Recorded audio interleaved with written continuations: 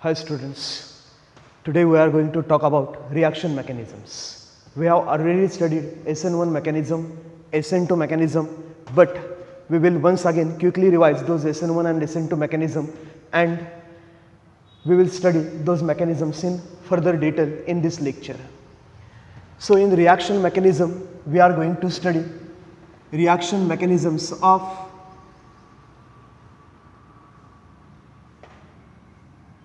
nucleophilic substitution reactions. First we will study reaction mechanisms involving nucleophilic substitution reactions. Nucleophilic substitution reaction means in a reaction atom or group of atoms is substituted or displaced by another atom or group of atoms. For example, reaction like this one. CH3Br methyl bromide reacts with aqueous KOH. During this reaction, methyl alcohol is formed and KBr as a byproduct. So this one is a substitution reaction in which bromine is substituted by hydroxyl group, OH group. So it is a nucleophilic substitution reaction. The reaction in which atom or group of atoms is substituted by another atom or group of atoms is called nucleophilic substitution reaction. Now the mechanism involving this nucleophilic substitution reaction is of three different types. The reaction may proceed via SN1 mechanism, SN2 mechanism, or SNI mechanism. Substitution nucleophilic unimolecular, substitution nucleophilic bimolecular, and substitution nucleophilic intramolecular. So we will start with SN2 mechanism. Now consider the same reaction. Reaction of methyl bromide with aqueous KOH. Consider the same reaction. We are going to study SN2 mechanism first. Substitution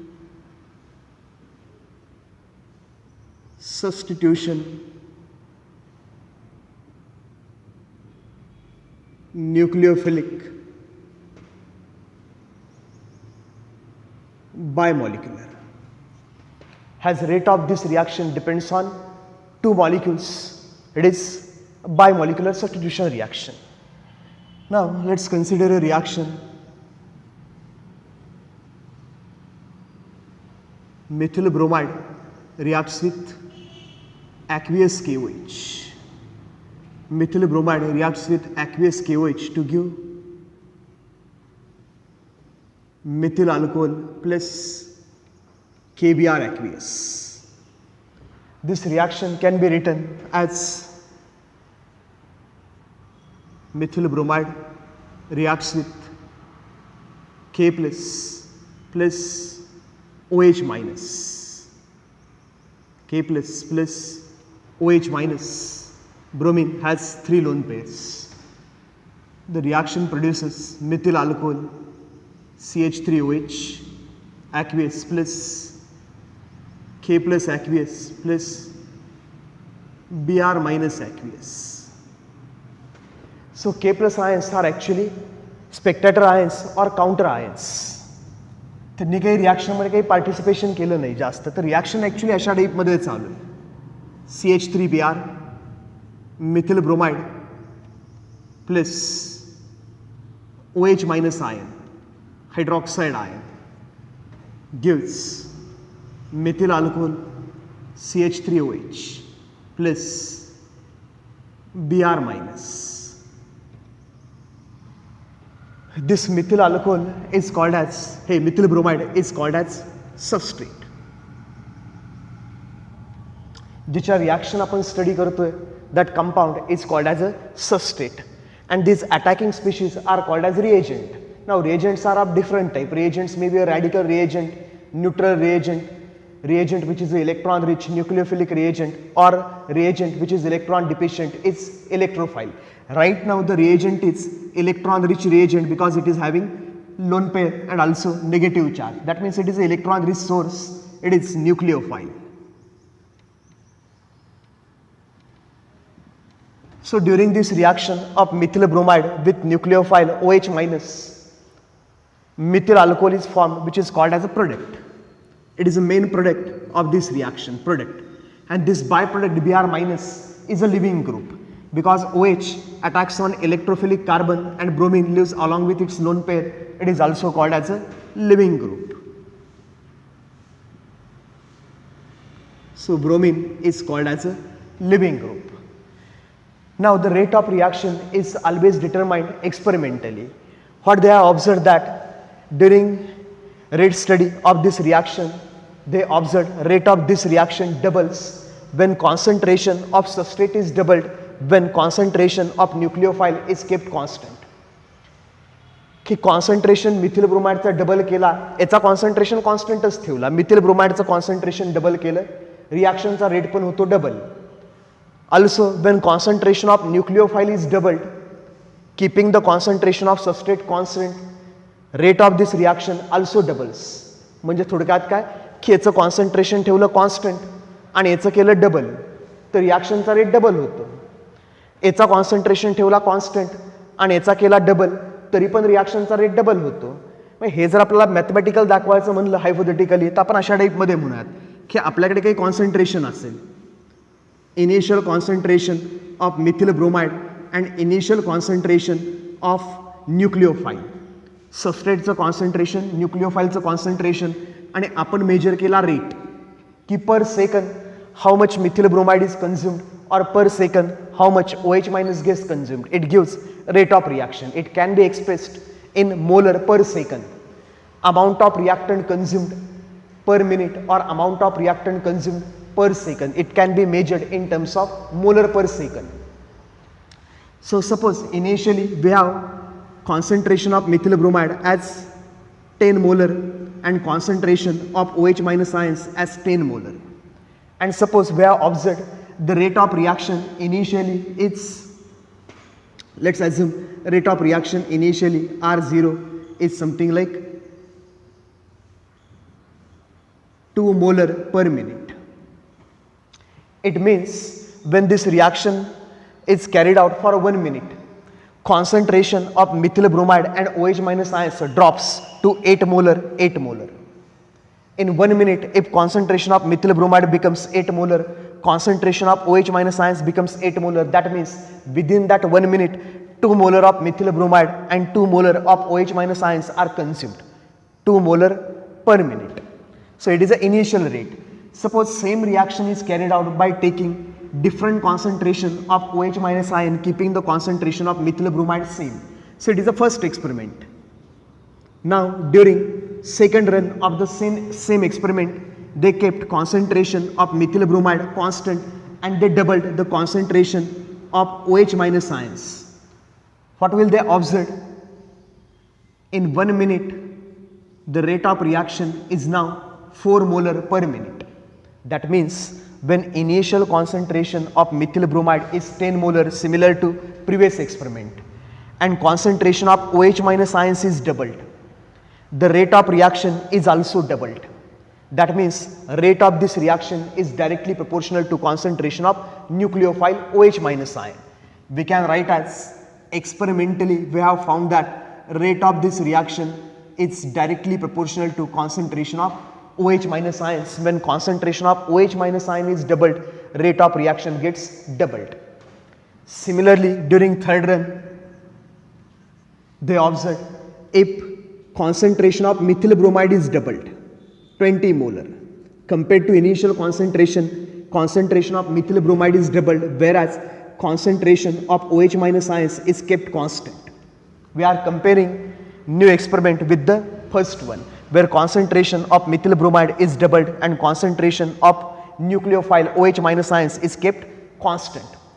They observed rate of reaction also gets doubled compared to first run. In first case, rate of reaction is 2 molar per minute. Within a 1 minute, concentration of methyl bromide and concentration of OH minus ions drops by 2 molar. Whereas when concentration of one of the species is doubled, keeping the concentration of remaining species constant, rate of reaction gets doubled. Now within that same minute, 4 molar of CH3Br and 4 molar of OH minus ions get consumed. That means rate is doubled. It also means rate of same reaction is directly proportional to concentration of methyl bromide, which is a substrate. By combining these two equations, we can write as rate of this reaction is directly proportional to concentration of methyl bromide and concentration of OH minus ion, or we can write as rate of this reaction is directly proportional to concentration of substrate and concentration of nucleophile.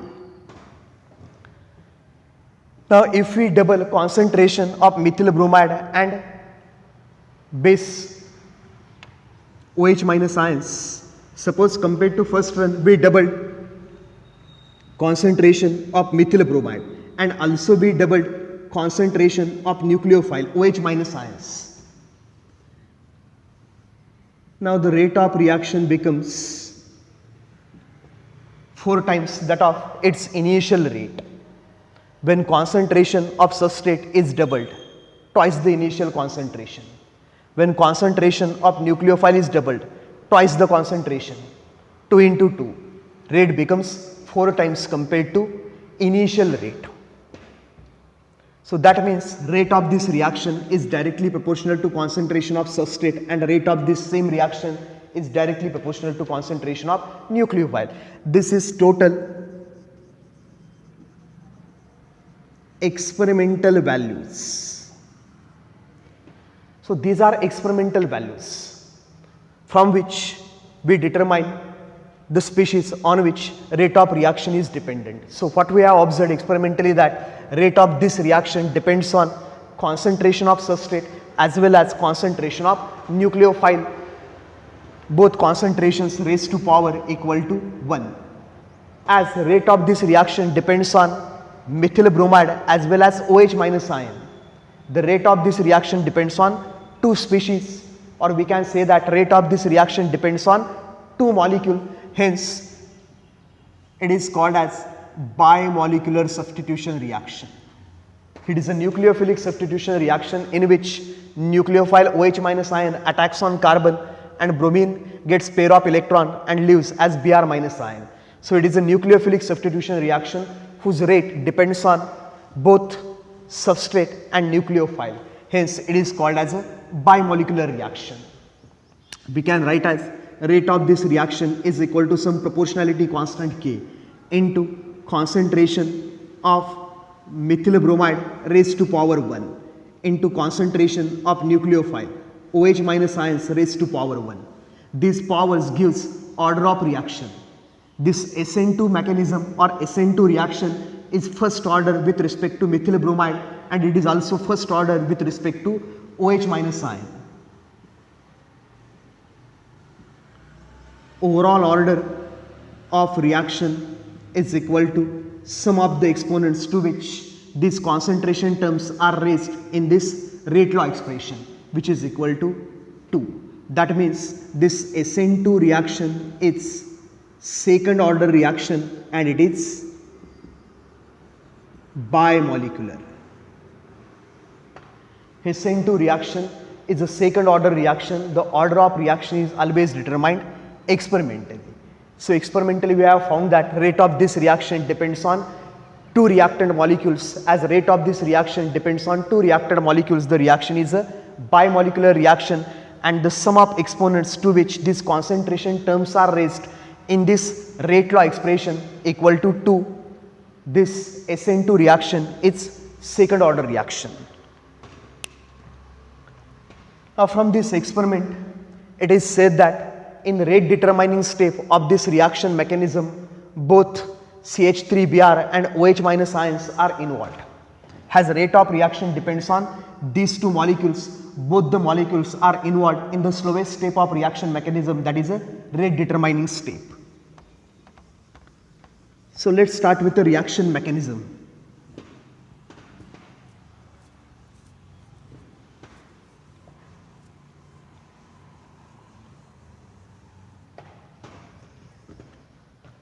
So we have considered a reaction methyl bromide aqueous plus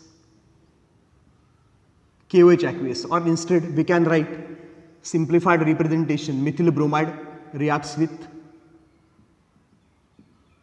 OH minus ion to give methyl alcohol plus leaving group Br minus. And what we have observed, rate of this reaction is equal to proportionality constant K into concentration of substrate CH3Br and concentration of nucleophile OH minus ion. As rate of this reaction depends on two molecules, this reaction is a bimolecular reaction, and sum of the exponents to which this concentration terms is raised 1 plus 1, 2, hence it is second order reaction. Now let's talk about the reaction mechanism. In a substrate, this CH3Br, CBr bond is a polar bond because bromine is more electronegative than carbon. Bromine ची electronegativity carbon पेक्षा जास्त, तो bromine sigma bond मधली electron density स्वतःकडे खेचणार. Sigma bond मधली electron density स्वतःकडे खेचली, bromine will acquire partial negative charge and opposite partial positive charge will be developed on carbon. तर इकडे ते होणार की आपल्याकडे जो CH3Br आहे, CH3Br याच्यामध्ये CBr bond is a polar bond because bromine is more electronegative than carbon. Bromine attracts shared pair of electron towards itself and acquires partial negative charge. Bromine will acquire partial negative charge and this carbon will acquire partial positive charge. Being a positively partially charged carbon, it will act as an electrophile. Plus OH minus ion is a nucleophile. OH minus ion is a nucleophile. It will attack this electrophilic carbon from the opposite side of that Br minus, or let's say Br partially negatively charged, because bromine is a bigger atom and also it has lone pair of electrons. So OH minus ion cannot attack from the same side of Br minus because there will be a steric repulsion or electronic repulsion between these two species. So OH minus attacks on this methyl bromide from the opposite side of that leaving group Br minus. Now during this reaction, this CBr bond starts breaking and COH bond starts forming simultaneously. It is also known as a concerted mechanism. The mechanism in which bond making and bond breaking takes place simultaneously is called as concerted mechanism. So it is a slow step and also it is a rate determining step. It is a single step mechanism. This SN2 mechanism is a single step mechanism. In this mechanism,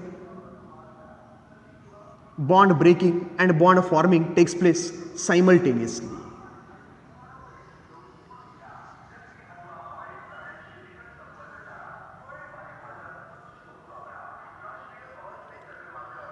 So this is CH3, CBr bond starts breaking. It is represented as CBr bond is partially denoted because this bond is going to break and COH bond is going to be formed. COH bond. Now this unstable arrangement of atoms, 5 atoms around electrophilic carbon, this unstable arrangement of atoms increases the energy of molecule and it is known as transition state. It is not called as intermediate because this type of arrangement cannot be isolated in a reaction. That means की reaction चालू असताना हे असं झालंय हे आपण बघू नाही शकत, की हे जे बनतं हे आपण रिॲक्शनमध्ये आयसोलेट नाही करू शकत. आयसोलेट म्हणजे सेपरेट करायचं, त्याच्या टेस्ट घ्यायच्या हे नाही करू शकत. For a fraction of second also we cannot determine this stage of a reaction, hence it is called as activated complex transition state. It is called as transition state or it is called as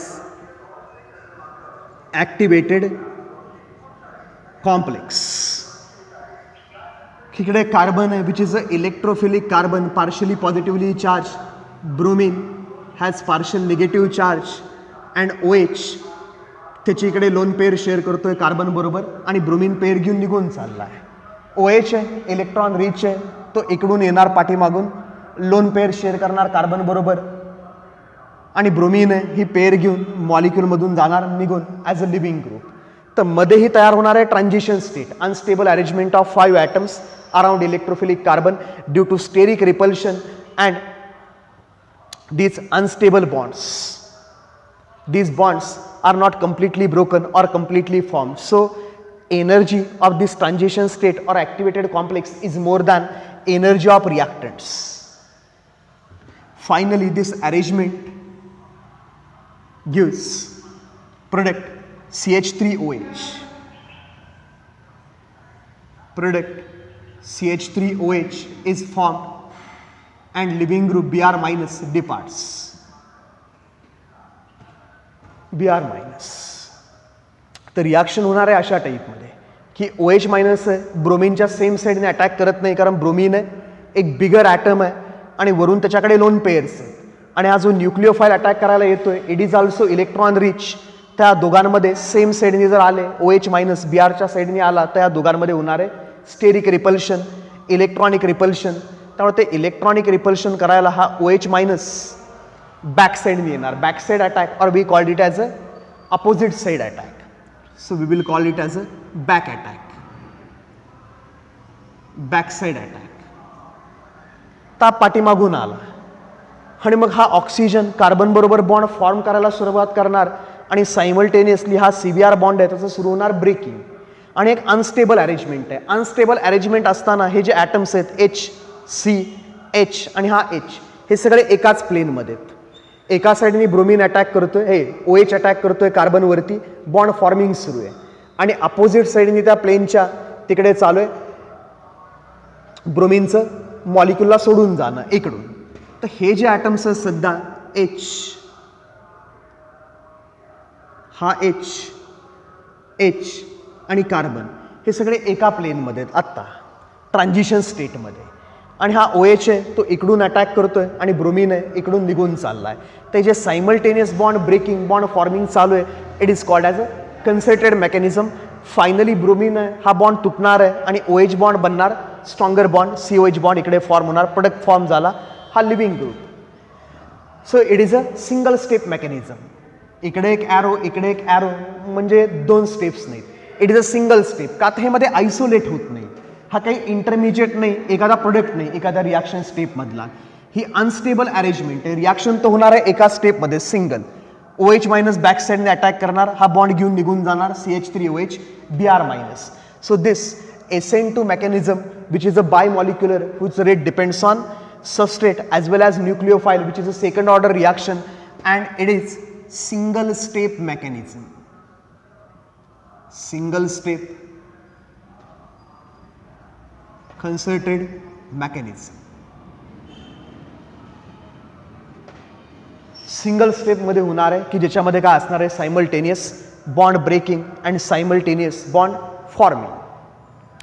Now, this can be represented on an energy profile diagram. Energy profile diagram जर आपण काढायला गेलो ह्या रिॲक्शनची,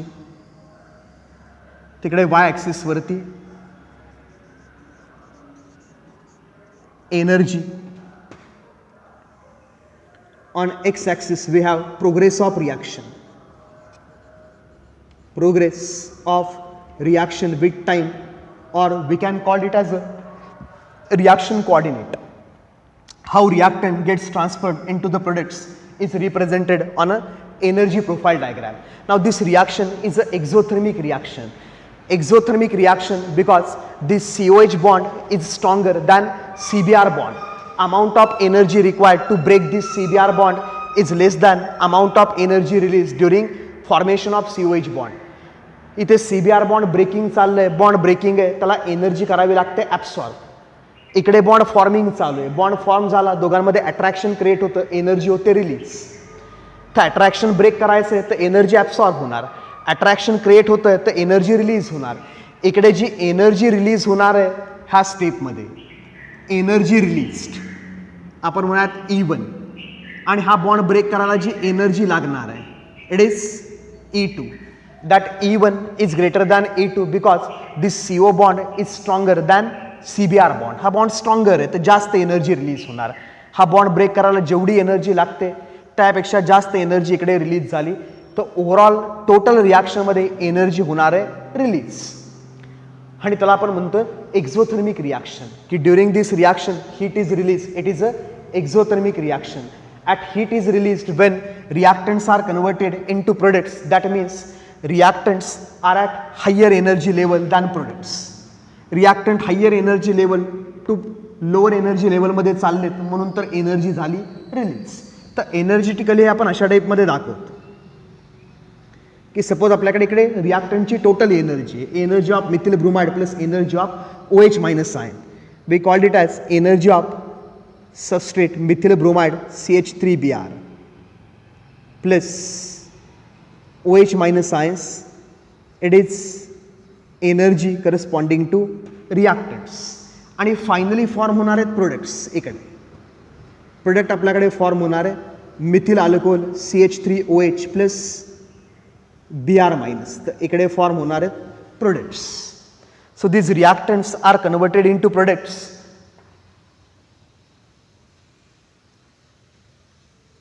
bye following this type of curve. आणि याच्यामध्ये आपल्याला दिसेल energy of reactants is more than energy of products.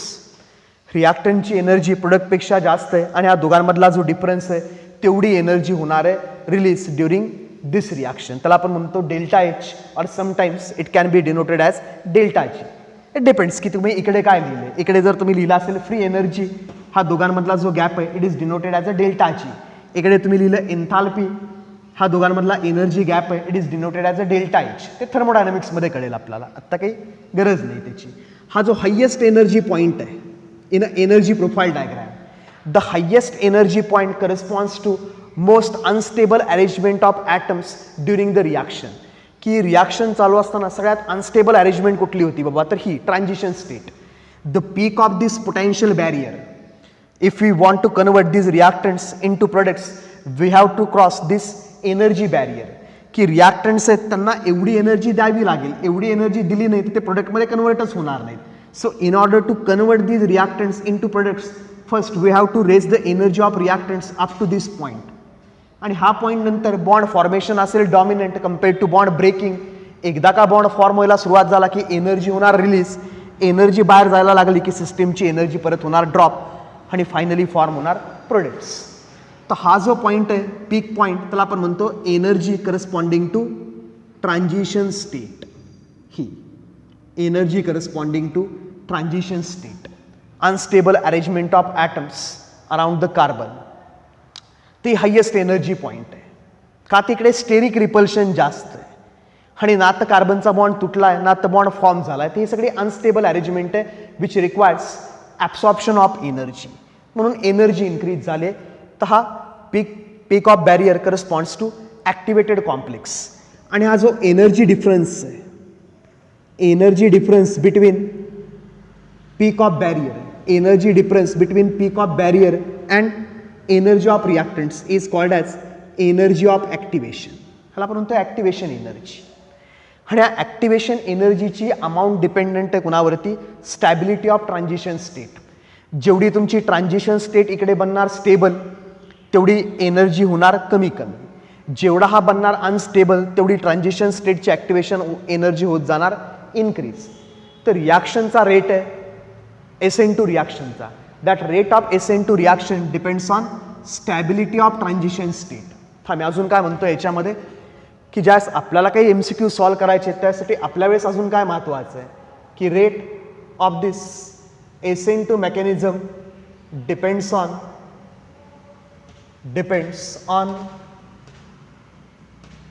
stability of transition state, or we can write rate is directly proportional to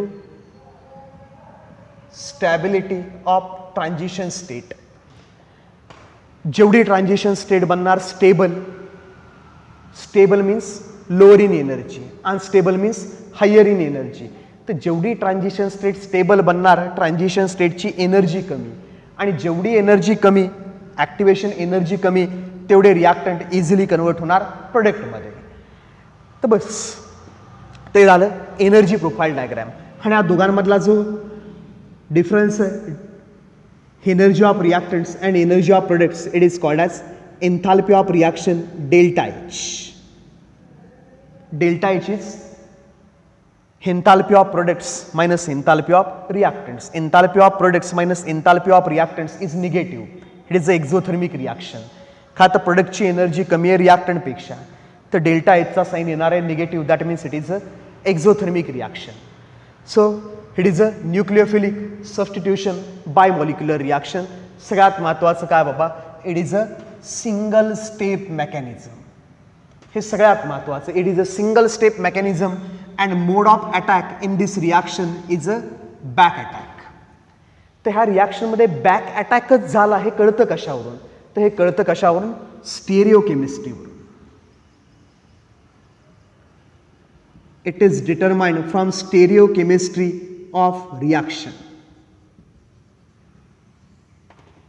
attack कुठून झाला हे कळण्यासाठी आपल्याकडे जो रिॲक्टंट होता तो पाहिजे ऑप्टिकली ॲक्टिव्ह, आणि मग जो प्रोडक्ट बनणार आहे त्याची स्टेरिओ केमिस्ट्री काय, आणि जो रिॲक्टंट होता त्याची स्टेरिओ केमिस्ट्री काय, त्याच्यावर आपण फाइंड करू शकतो मोड ऑफ अटॅक, की या रिॲक्शनमध्ये ॲक्च्युली बॅक साईड अटॅक झाला का सेम साईड अटॅक झाला. तर आपण म्हणतो फ्रंट अटॅक, की जिकडून बी आर निघून चाललाय तिकडूनच OH ने अटॅक केला, front attack.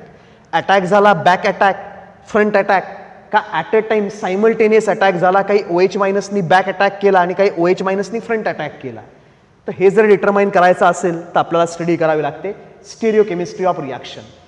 So in order to study the stereo chemistry of this reaction, the substrate itself must be optically active. Right now this CH3Br is optically inactive. It does not have chiral center or stereogenic center. This carbon is attached to 3 same atoms. That means it is not a chiral center. So this CH3Br is optically inactive. In optically inactive compounds we cannot study stereochemistry.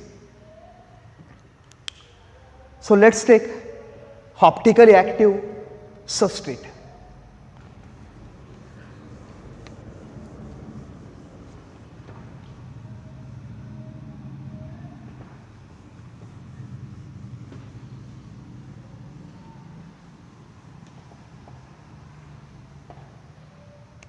So all these are very important points about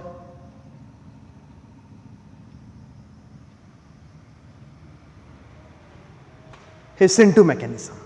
Now we will take optically active substrate. Consider 2-bromobutane. 2-bromobutane. Instead of methyl bromide, let's take 2-bromobutane or secondary butyl bromide.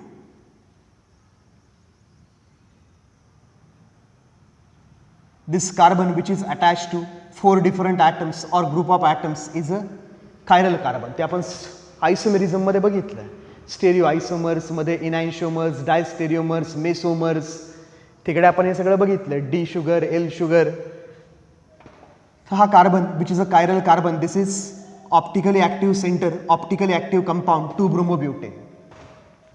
आपण घेऊया 2-bromobutane, CH3, C, Br,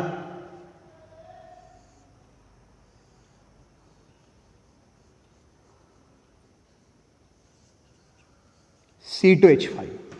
This group is written as C2H5, CH2, CH3, and one is CH3, CH3, and another atom attached to carbon is H. So it is a tetrahedral arrangement around second carbon, first carbon, second carbon, third carbon and fourth carbon. This one is a chiral center which is attached to 4 different atoms or group of atoms. It is optically active compound, let's assign R and S absolute configuration to this molecule. So we will assign priorities to the atoms or groups, those are attached to chiral center. Bromine, first priority group, C2H5, second priority group, and this one is third priority group. The lowest priority group 4 is away from the Weber. If we draw arrow from highest priority group to the lowest priority group, 1 to 2 to 3. 1 to 2 to 3, that arrow will be clockwise. The curved arrow is clockwise and lowest priority group is away from the observer. That means it is R configuration. So this molecule is R2-bromobutane. This molecule is R2-bromobutane. Now suppose this molecule reacts with OH minus ion. And attack is a back attack. Attack is from opposite side of this bromine. Attack is from opposite side of bromine. So temporary during a transition state, this group will arrange like this one. In unstable arrangement of atoms, the central atom carbon to which CH3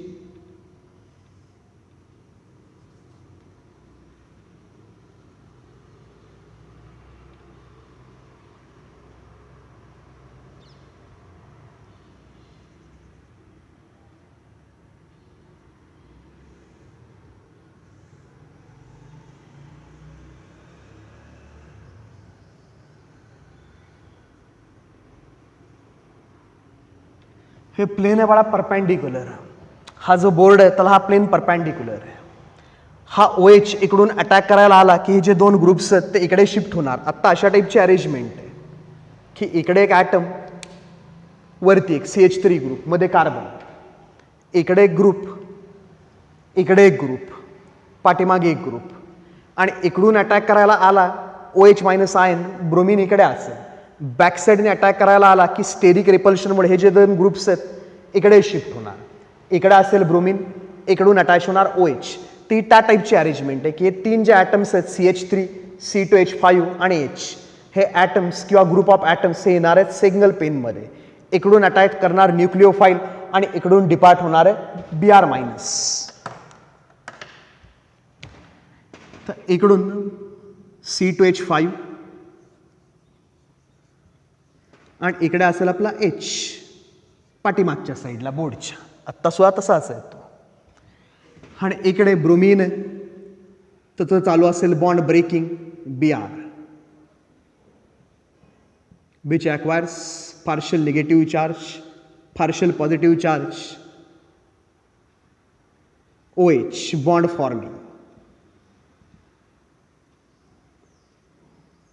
negative charge.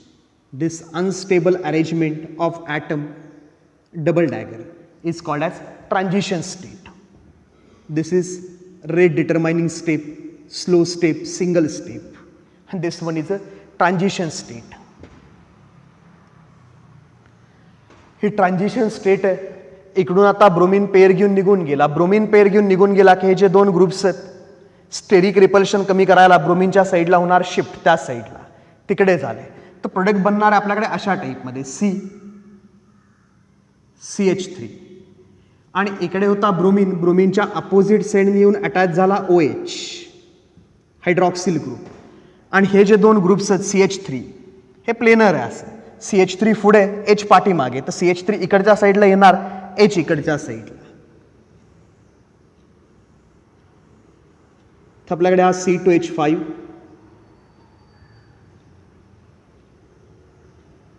आणि हा H की इकडून attack केला, हा bromine निघून गेला की इकडे काही स्पेस मिळेल. तर हा C2H5 ग्रुप तो तिकडे टिल्ट होणार, हा H आहे तो पण त्या साईडला टिल्ट होणार इकडे. तर हा बनला प्रोडक्ट. प्लस आपल्याकडे फॉर्म झालं Br मायनस लिव्हिंग ग्रुप आणि हा बनला final product butane two ol. हा फायनल प्रोडक्ट बनला आपल्याकडे butane two all.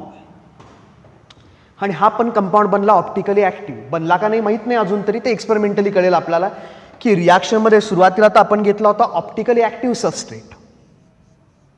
This one is optically active substrate, optically active substrate. आणि रिॲक्शन ज्यावेळेस कंप्लीट होते त्यावेळेस आपल्याला कळतं की इकडे पण फॉर्म होतो ऑप्टिकली ॲक्टिव्ह प्रोडक्टच. इकडे काय फॉर्म झाला ऑप्टिकली ॲक्टिव्ह प्रोडक्ट.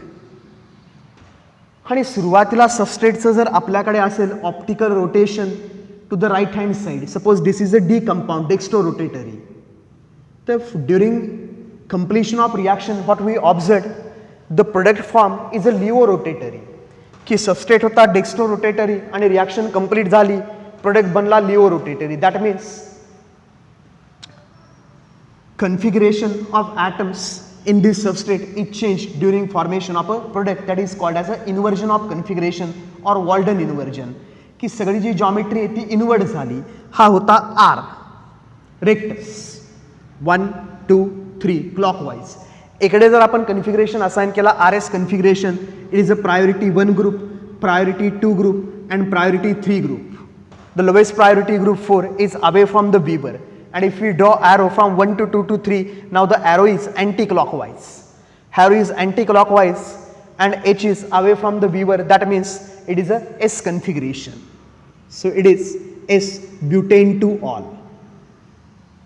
ते एक्सपेरिमेंटली कळतं की आपण जर घेतला सबस्ट्रेट R तर प्रोडक्ट बनतो S.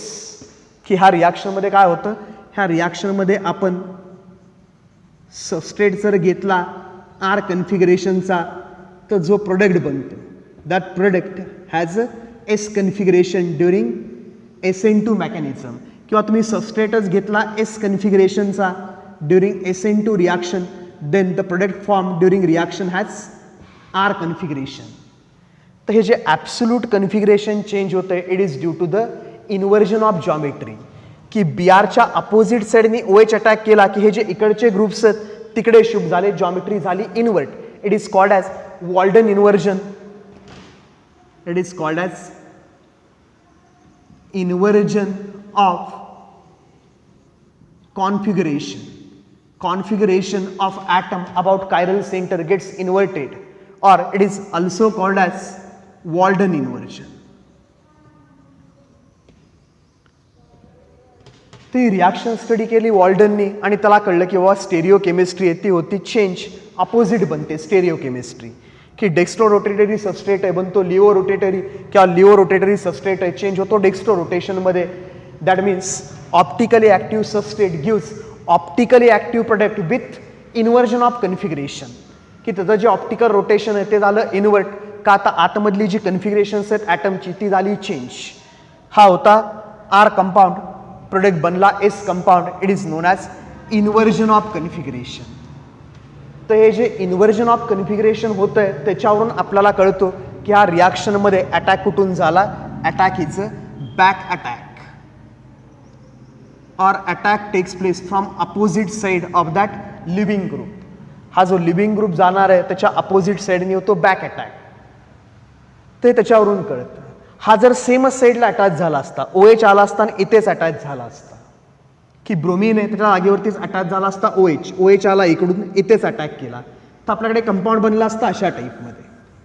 Suppose there is a front attack or attack from the same side of that leaving group तर आपल्याकडे कंपाऊंड बनला असता CH3. This configuration will remain as it is. C2H5 आणि इकडे येऊन अटॅच झाला OH सेम ब्रोमीनच्या जागेवरती. ह्याला आपण म्हणतो फ्रंट अटॅक, सेम साईडने अटॅक. आणि हा जर बनला असता तर याची जॉमेट्री आहे, याचं कन्फिगरेशन काय असतं आर का एस. तर हा priority 1 group, priority 2 group, priority 3 group, lowest priority group 4. Arrow is 1 to 2 to 3, arrow is clockwise. Arrow is clockwise means this configuration is a R configuration. Substrate पण R, configuration पण R. तर attack जर झाला same साईडनी, attack जर same साईडनी झाला then the product form is with retention of configuration. इकडे काहीच चेंज झालं नाही, सबस्ट्रेट होता R, प्रोडक्ट पण बनला R. असं जर झालं it is called as retention of configuration. Retention of configuration. इकडे काही चेंज होणार नाही. सबस्ट्रेट डेक्स्ट्रो रोटेटरी, प्रोडक्ट पण बनणार डेक्स्ट्रो रोटेटरी. ह्याचं आर कन्फिगरेशन, प्रोडक्टचं आर कन्फिगरेशन. याचं एस कन्फिगरेशन, प्रोडक्टचं एस कन्फिगरेशन. हे कधी जर अटॅक झाला सेम साईडनी, तर सेम साईडने अटॅक झाला, configuration remains as it is. Configuration is retained, hence it is called as retention of configuration. If attack is from another side or opposite side of living group, then the configuration gets changed, inverted. It is called as inversion of configuration. So experimentally they have found that during this SN2 mechanism, configuration gets changed and product form is with inversion of configuration. That means the mode of attack in SN2 reaction is only back attack. खात बाबा ह्या reaction मध्ये असा product बनतच नाही. During this SN2 reaction, product with retention of configuration is not formed. As product with retention of configuration is not formed, it rule out the possibility of attack of nucleophile from same side as that of living group. की OH minus आहे त्यांनी same साईडने attack केला नाही. त्यांनी जर केला असता तर हा प्रोडक्ट बनला असता, पण हा बनतच नाही. हा बनतच नाही तर अटॅक फक्त कुठून होतोय? Back side attack. ते आत्ता बोर्डवरती दिसतंय. ते सगळ्यात महत्त्वाचं की दिस SN2 mechanism which is a substitution nucleophilic bimolecular, or we can call it as a bimolecular nucleophilic substitution reaction whose rate depends on substrate as well as nucleophile. ह्या दोघांच्या कॉन्सन्ट्रेशनवरती हा रिॲक्टंटचा हे रिॲक्शनचा रेट डिपेंडंट असतो, म्हणून त्याला आपण म्हणलंय bimolecular reaction. The rate law expression has exponents 1 and 1 for the concentration terms. 1 + 1 2, hence it is a second order reaction. This reaction proceeds in a single step with only one transition state or activated complex which cannot be isolated during the progress of reaction. With this reaction we directly get products. Intermediates are not formed during this reaction. It is a concerted mechanism in which simultaneous bond breaking and bond forming takes place and which requires large amount of energy.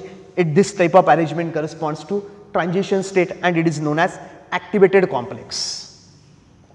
The mode of attack. During the progress of reaction, nucleophile prefers to attack from opposite side of the living group to minimize repulsion. ह्या दोघांमध्ये जे repulsion होणार आहे ते होऊ नये म्हणून मोड of attack कुठला आहे? Back attack.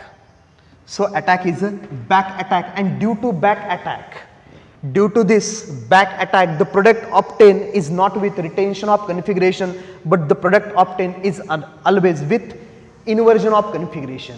If starting material, starting substrate itself optically inactive, क्या सबस्ट्रेटच जर ऑप्टिकली इनॅक्टिव्ह असेल तर हा जो प्रोडक्ट बनणार आहे तो पण ऑप्टिकली इनॅक्टिव्हच बनणार आहे. सपोज हा C2H5 आहे, त्याच्या जागेवरती आहे H, ethyl bromide, CH3 CH2 Br, ethyl bromide. याच्यामध्ये कायरल सेंटरच नाही आहे, तर याच्यामध्ये आपल्याला कळणारच नाही की अटॅक कुठून झाला. का तर हा ऑप्टिकली इनॅक्टिव्ह कंपाऊंड आहे. हा तर लाईट ना डेस्ट्रो राईट साईडला रोटेट करेल ना तर लेफ्ट साईडला रोटेट करेल. आणि ज्यावेळेस प्रोडक्ट बनेल अशा रिॲक्शनमध्ये हा पण असेल ऑप्टिकली इनॅक्टिव्ह कंपाऊंड. का तर इकडे पण कायरल सेंटर नाही, तर तुम्ही RS कन्फिगरेशन असाइनच करू शकणार नाही. आणि RS कन्फिगरेशन असाइन केले नाहीत, ब्रोमो इथेन इकडे बनेल आपल्याकडे ethanol. Optically inactive substrate gives optically inactive product. During SN2 mechanism, optically inactive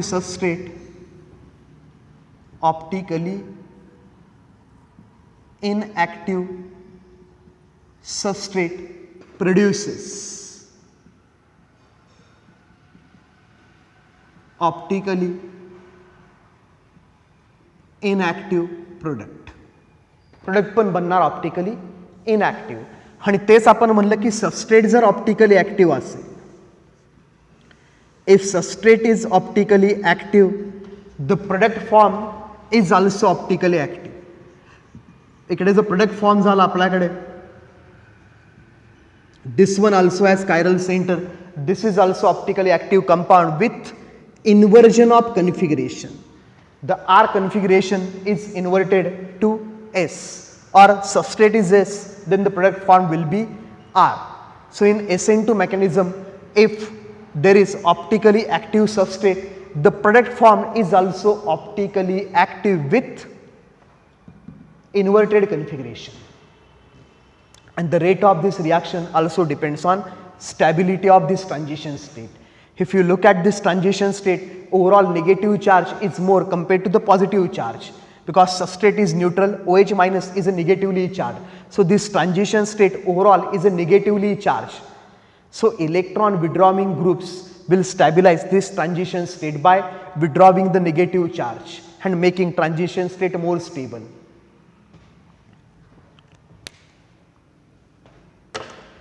Now let's talk about another reaction mechanism, which is a SN1 mechanism.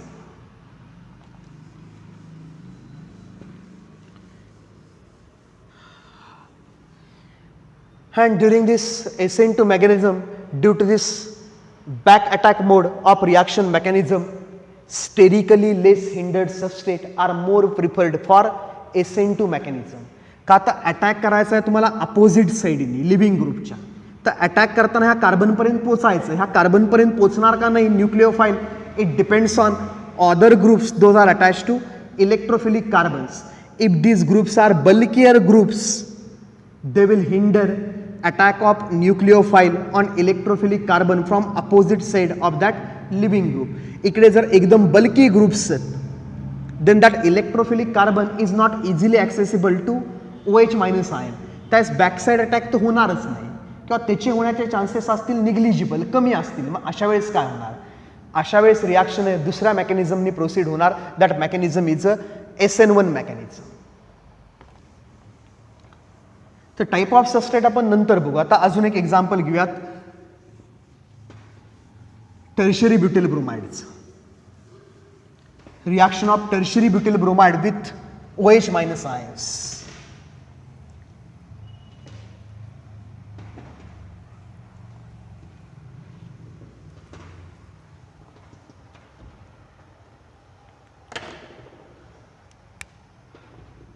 Let's start. SN1 mechanism.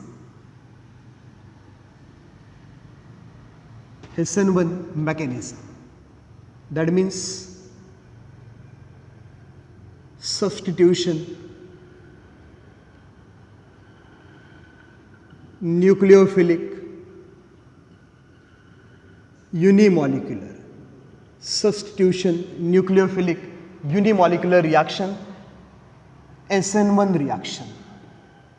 Now consider same reaction with different substrate. Now the substrate is tertiary butyl bromide, CH3, C, CH3, CH3, Br. Tertiary butyl bromide reacts with nucleophile OH minus. Tertiary butyl bromide reacts with nucleophile OH minus to give tertiary butyl alcohol, CH3, C, CH3, CH3, OH, tertiary butyl alcohol plus living group Br minus. Living group Br minus. So this reaction is similar to that of SN2 reaction we studied, in which instead of tertiary butyl bromide, methyl bromide is present. And in that methyl bromide, that electrophilic carbon is easily accessible for a nucleophilic attack due to less sterical hindrance. Here sterical hindrance around this carbon atom is more compared to methyl bromide. हा OH मायनसला जर attack करायचं म्हणलं इथला कार्बनवरती, electrophilic कार्बनवरती, that attack is not a easier one because bulkier methyl groups are present around this electrophilic carbon. तर इकडे mechanism different झाला, SN2 सारखं राहिलं नाही.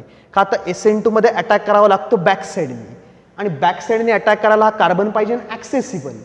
ॲक्सेसिबल मीन्स स्टेरिकली लेस हिंडर्ड, की त्या शेजारचे ॲटम्स आहेत त्यांचा साईज पाहिजे छोटा, तो कार्बन इझिली अप्रोच झाला पाहिजे न्यूक्लिओफाईलला. पण इकडे हे बल्कियर ग्रुप्स आहेत, methyl group, methyl group, methyl group. Now this electrophilic carbon is sterically more hindered, आणि म्हणून याचं जे मेकॅनिझम आहे ते डिफरंट आहे, आणि ते कळणार कशावरून? एक्सपेरिमेंटवरून.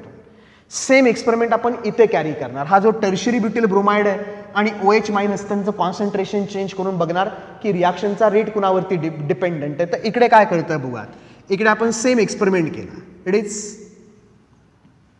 Let's call it as experimental data and we will take some hypothetical values. Experimental data, let's consider concentration of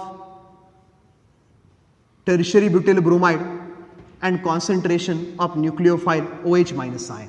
Here tertiary butyl bromide is a substrate and nucleophile is same OH minus ion, and we are about to study rate of reaction depending on concentrations of these reactants.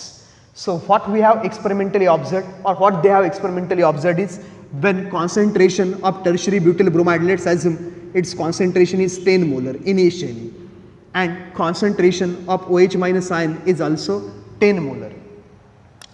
Let's say they determined rate experimentally and found that rate is 2 molar per minute. So for every minute of time, concentration of substrate and concentration of OH minus drops by 2 molar.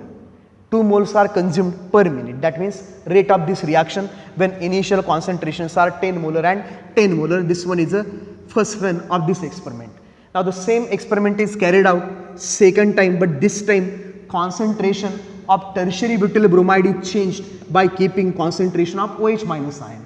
Same reaction करणार आपण, फक्त आता याचं concentration ठेवणार double आणि याचं concentration तेवढंच ठेवणार, आधी होतं तेवढं. आता बघणार की पर मिनिटानी कॉन्सन्ट्रेशन्स कितीनी चेंज होत आहेत, आणि कळलं आपल्याला बाबा की रिॲक्शनचा रेट आहे आता झाला 4 मोलर पर मिनिट. मग कम्पेअर्ड टू फर्स्ट रन रिॲक्शनचा रेट झाला डबल. कधी? when concentration of substrate is doubled, keeping the concentration of nucleophile constant, the rate of reaction also doubles. It means rate of this reaction is directly proportional to concentration of tertiary butyl bromide. Rate of this reaction is directly proportional to concentration of substrate. की सबस्ट्रेटचा concentration double झाला, rate पण झाला double. Third run same experiment third time आपण carry करणार, ह्या वेळेस करणार concentration 10 molar. First रनला जेवढं कॉन्सन्ट्रेशन होतं तोच कॉन्सन्ट्रेशन ठेवला, सबस्ट्रेटचं कॉन्सन्ट्रेशन ठेवलं कॉन्स्टंट, आणि OH मायनसचं केलं डबल 20 मोलर. आणि एक्सपेरिमेंटल आपल्याला कळलं बाबा की रिॲक्शनचा रेट आहे this time the rate of reaction is 2 molar per minute. That means when concentration of substrate is kept constant and concentration of nucleophile is doubled, rate of reaction remains as it is. That means rate of this reaction does not depend on concentration of nucleophile. आधीची जी reaction होती SN2 reaction, in that SN2 reaction rate of that nucleophilic substitution reaction was dependent on concentration of methyl bromide as well as concentration of nucleophile OH minus. Hence that reaction is called as bimolecular reaction. पण इकडे different आहे आणि experimental आहे सगळं, की इकडे आम्हाला कळतंय की सबस्ट्रेटचा आम्ही कॉन्सन्ट्रेशन डबल केला तर रेट पण होतो double. OH minus concentration double केला तर रेटवरती काही फरकच पडत नाही. रेटवरती काही फरकच पडत नाही का, तर OH मायनसवरती रिॲक्शनचा रेट डिपेंडंटच नाही आहे. म्हणून आपण अशा टाईपमध्ये लिहितो की rate of this reaction is proportional to OH minus ion raised to 0. That means पण constant, it does not depend on concentration of OH minus. ह्या दोघांचं कॉम्बिनेशन केलं तर आपण लिहिणार rate of this reaction is proportional to concentration of tertiary butyl bromide into concentration of OH minus ions raised to 0. OH minus ions raised to 0 means 1. आणि proportionality constant टाकला तर आपण म्हणणार rate of this reaction is equal to K into concentration of tertiary butyl bromide raised to 1. Or we can write as rate of this reaction is equal to K into concentration of substrate raised to power 1. तर हे जे मिळतं आपल्याला, हे कसं मिळतं बाबा, experiment आहे. नाही तर तुम्ही म्हणाल मला प्रूव्ह करून दाखवा इकडं, तसं काही नाही, हे एक्सपेरिमेंटली कळलं आहे. During this reaction, experimentally what we have found that rate of this reaction depends only on concentration of substrate, as rate of this reaction depends on only one reactant molecules. आत्ता इकडे दोन reactant molecules आहेत, tertiary butyl bromide आहे, KOH आहे, म्हणजे OH minus ions आहेत, पण या दोघांपैकी रिॲक्शनचा रेट आहे फक्त टर्शियरी ब्युटिलवरती डिपेंडंट आहे. As rate of reaction depends on only one reactant molecule, this reaction is called as unimolecular. ते आम्हाला कशावरून कळलं? एक्सपेरिमेंटली जो रेट लॉ आला आहे त्या रेट लॉमध्ये फक्त एकच मॉलिक्यूल आहे, दोघं नाही आहेत. का तर रिॲक्शनचा रेट याच्यावरती डिपेंडंटच नाही आहे, म्हणून it is a unimolecular reaction. And order of reaction is nothing but power or exponent to which concentration term is रेट्स इन रेट लॉ. थत्ता सबस्ट्रेटचा रेट डबल केला की रिॲक्शनचा रेट पण डबल होतो, म्हणजे हे जे कॉन्सन्ट्रेशन आहे रेस टू 1 हा डबल झाला की हा डबल. एक्सपोनंट 1 आहे तर आपण म्हणणार this reaction is a first order. तर आम्हाला कळलं का बाबा ही जी युनिमॉलिक्युलर रिॲक्शन आहे, ह्या युनिमॉलिक्युलर रिॲक्शनचा जो रेट आहे that rate is equal to K into concentration of only substrate. रिॲक्शनचा रेट फक्त एकावरतीच डिपेंडंट आहे, म्हणून ही रिॲक्शन आहे युनिमॉलिक्युलर. आणि हे कसली रिॲक्शन आहे? It is a first order reaction. It is a first order reaction. नाव आता जो हा रेट लॉ आहे की जो आपल्याला सांगतोय किंवा की हा रिॲक्शनचा रेट आहे फक्त एकावरतीच डिपेंडंट आहे, मग दुसरा रिॲक्टंटचं पार्टिसिपेशन कधी होणार आहे रिॲक्शनमध्ये? तर ते होणार आहे फास्टर स्टेपमध्ये. हा जो रेट लॉमध्ये जे कॉन्सन्ट्रेशन्स येतात किंवा रेट लॉमध्ये जे येतात reactant, those reactants are involved in actually rate determining step or slowest step of reaction mechanism, because this rate of reaction depends on slowest step in a reaction mechanism. Reaction may proceed by a single or multiple step. As all the reactants are not present in rate law expression, that means another reactant is taking part in a reaction in another step. That means this reaction is a multi-step reaction. काय बाबा की रिॲक्शनचा rate आहे, रिॲक्शनचा rate आम्हाला कळलं की फक्त tertiary ब्युटिल ब्रोमाइडवरती dependent आहे, फक्त सबस्ट्रेटवरती डिपेंडंट आहे, OH मायनसवरती डिपेंडंटच नाही आहे.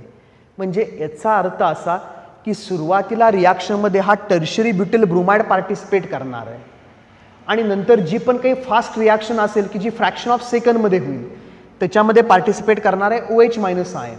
म्हणजे ही रिॲक्शन आता सिंगल स्टेप नाही, हे दोघंही एका स्टेपमध्ये इन्व्हॉल्व नाही येत, नाही तर दोघांच्याही कॉन्सन्ट्रेशनवरती रिॲक्शनचा रेट डिपेंडंट असता. आत्ता रेट फक्त एकावरतीच डिपेंडंट आहे, म्हणजे स्लोवेस्ट स्टेपमध्ये हा एकटाच आहे आणि याच्यावरती डिपेंडंट नाही आहे, म्हणजे हा फास्ट स्टेपमध्ये. तर हा जो रिॲक्टंट आहे हा असणार आहे स्लोवेस्ट स्टेपमध्ये आणि हा जो रिॲक्टंट पार्टिसिपेट करणार आहे हा कधी करणार आहे? फास्ट स्टेपमध्ये रिॲक्शनच्या. That means this reaction is a multi step reaction. It is a multi step reaction. बुक्समध्ये म्हणलं असेल आपल्याला it is a 2 step reaction, but it depends on type of reagent we have used. Reagent जर आपण इथे H2O घेतला it will be a 3 step reaction. आत्ता OH minus घेतला it is a 2 step reaction. आपण काय म्हणायचं? SN1 is a multi step reaction whereas SN2 was a single step. SN2 कसली होती आपली? सिंगल स्टेप, एका स्टेपमध्ये झाली डायरेक्ट, मध्ये आधी काही नवीन फॉर्म झालं नाही. तर ह्या रिॲक्शन ज्यावेळेस चालू होती त्यावेळेस ह्या रिॲक्शनमध्ये आपण आयसोलेट करू शकतो कार्बोकॅटायन, की रिॲक्शन चालू असताना मध्ये कार्बोकॅटायन फॉर्म होतो. कार्बोकॅटायन फॉर्म होतो आणि कार्बोकॅटायन आयसोलेट पण करता येतो, म्हणजे carbocation is a intermediate in this reaction.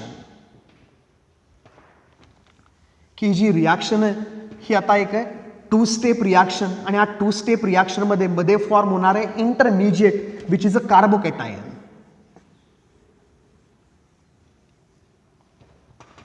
चला तर मेकॅनिझममध्ये आम्ही म्हणणार आहे की या रिॲक्शनमध्ये झालं काय? पहिली तर असणार आहे slowest step, step 1. Slowest step of reaction mechanism, rate determining step, which involves only tertiary butyl bromide. This is a tertiary butyl bromide which is a sterically hindered substrate. This CBr bond is a polar bond. Bromine being more electronegative attracts this sigma density towards itself, acquires partial negative charge. This carbon acquires opposite partial positive charge. and this partially positively charged carbon is sterically hindered by bulkier methyl groups, and hence OH minus ion cannot attack on electrophilic carbon as in the case of SN2 mechanism. तर आता direct attack नाही होत आहे OH मायनसचा, का तर OH minus इथपर्यंत पोहोचू शकत नाही आहे due to this sterical crowding of atoms. मग झालं काय बाबा की आता OH तर अटॅक करू शकत नाही आहे, तर इकडे झालं आयनायझेशन. तर ही जी स्टेप आहे आता आपल्याकडे ही आयनायझेशन स्टेप आहे. आयनायझेशन आणि कसली स्टेप आहे बाळा? स्लो स्टेप आहे. It is called as rate determining step. Slowest step, rate determining step. इकडे हा ब्रोमीन पेअर घेणार आणि निघून जाणार. आता ब्रोमीन पेअर घेऊन निघून गेला की आपल्याकडे काय फॉर्म होणार? Carbocation. Carbocation is a planar molecule. तर इकडे फॉर्म झाला आपल्याकडे कार्बोकॅटायन CH3 CH3 CH3 आणि याच्यावरती त्याला पॉझिटिव्ह चार्ज कार्बोकॅटायन. तर आपल्याकडे फॉर्म झाले carbocation intermediate. Carbocation intermediate activated complex नाही. हा आपण आयसोलेट करू शकतो की याच्यामध्ये हा स्पीशीज होतात आयसोलेट, म्हणजे आपण डिटेक्ट करू शकतो की फॉर्म झालंय आतमध्ये, म्हणून हा इंटरमिजिएट आहे. Carbocation intermediate. आणि लिव्हिंग ग्रुप निघून गेला पेअर घेऊन Br मायनस. तर ही होती स्लो स्टेप, फर्स्ट स्टेप, की रिॲक्शनचा रेट आहे सगळा याच्यावरती डिपेंडंट होता because this step involves bond breaking. ही स्लो स्टेप आहे, याच्यामध्ये फक्त बॉन्ड ब्रेकिंग आहे, बॉन्ड फॉर्मेशनच नाही. तर ही रिॲक्शन असणार आहे एकतर endothermic which requires absorption of energy आणि असणार एक स्लो स्टेप.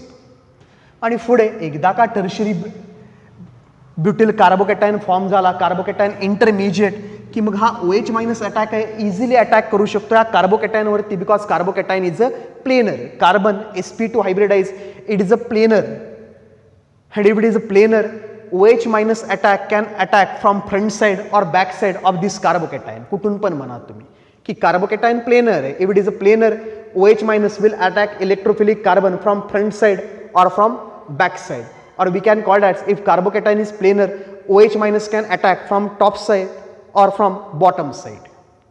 तर अटॅक कुठून पण होऊ शकतो. It is step 2.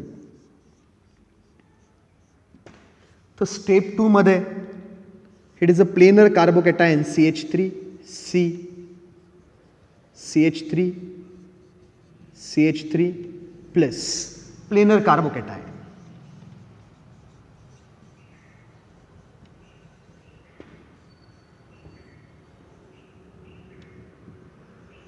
याच्यावरती अटॅक करणार आता OH. हे reaction between this positively charge species and negatively charge species. Actually it is a Lewis acid base reaction. Electrophilic carbon which has MTP orbital, OH minus ion which has a lone pair, it is a lone pair donor, lone pair acceptor. This is a Lewis acid base neutralization type of reaction which is a fast reaction between oppositely charged species. तर ही reaction होणार आहे एकदम fast, म्हणून रिॲक्शनचा rate याच्यावरती डिपेंडंटच नाही आहे, का आता ही विदिन फ्रॅक्शन ऑफ सेकंडमध्ये होणार आहे. हा बनायला वेळ लागणार आहे, हा बनला झट्ट दिशी OH अटॅक करणार, फास्ट रिॲक्शन. त्यामुळे हा किती फास्टर बनेल त्याच्यावरती डिपेंडंट आहे हा ओव्हरऑल रिॲक्शनचा रेट. तर इकडे झाला OHचा अटॅक कार्बोकॅटायनवरती की फायनली आपल्याला बनला प्रोडक्ट टर्शरी ब्युटिल अल्कोहोल. ते फॉर्म झाला आपल्याकडे product tertiary butyl alcohol, final product tertiary butyl alcohol. Now in order to study the mode of attack and stereochemistry of this reaction.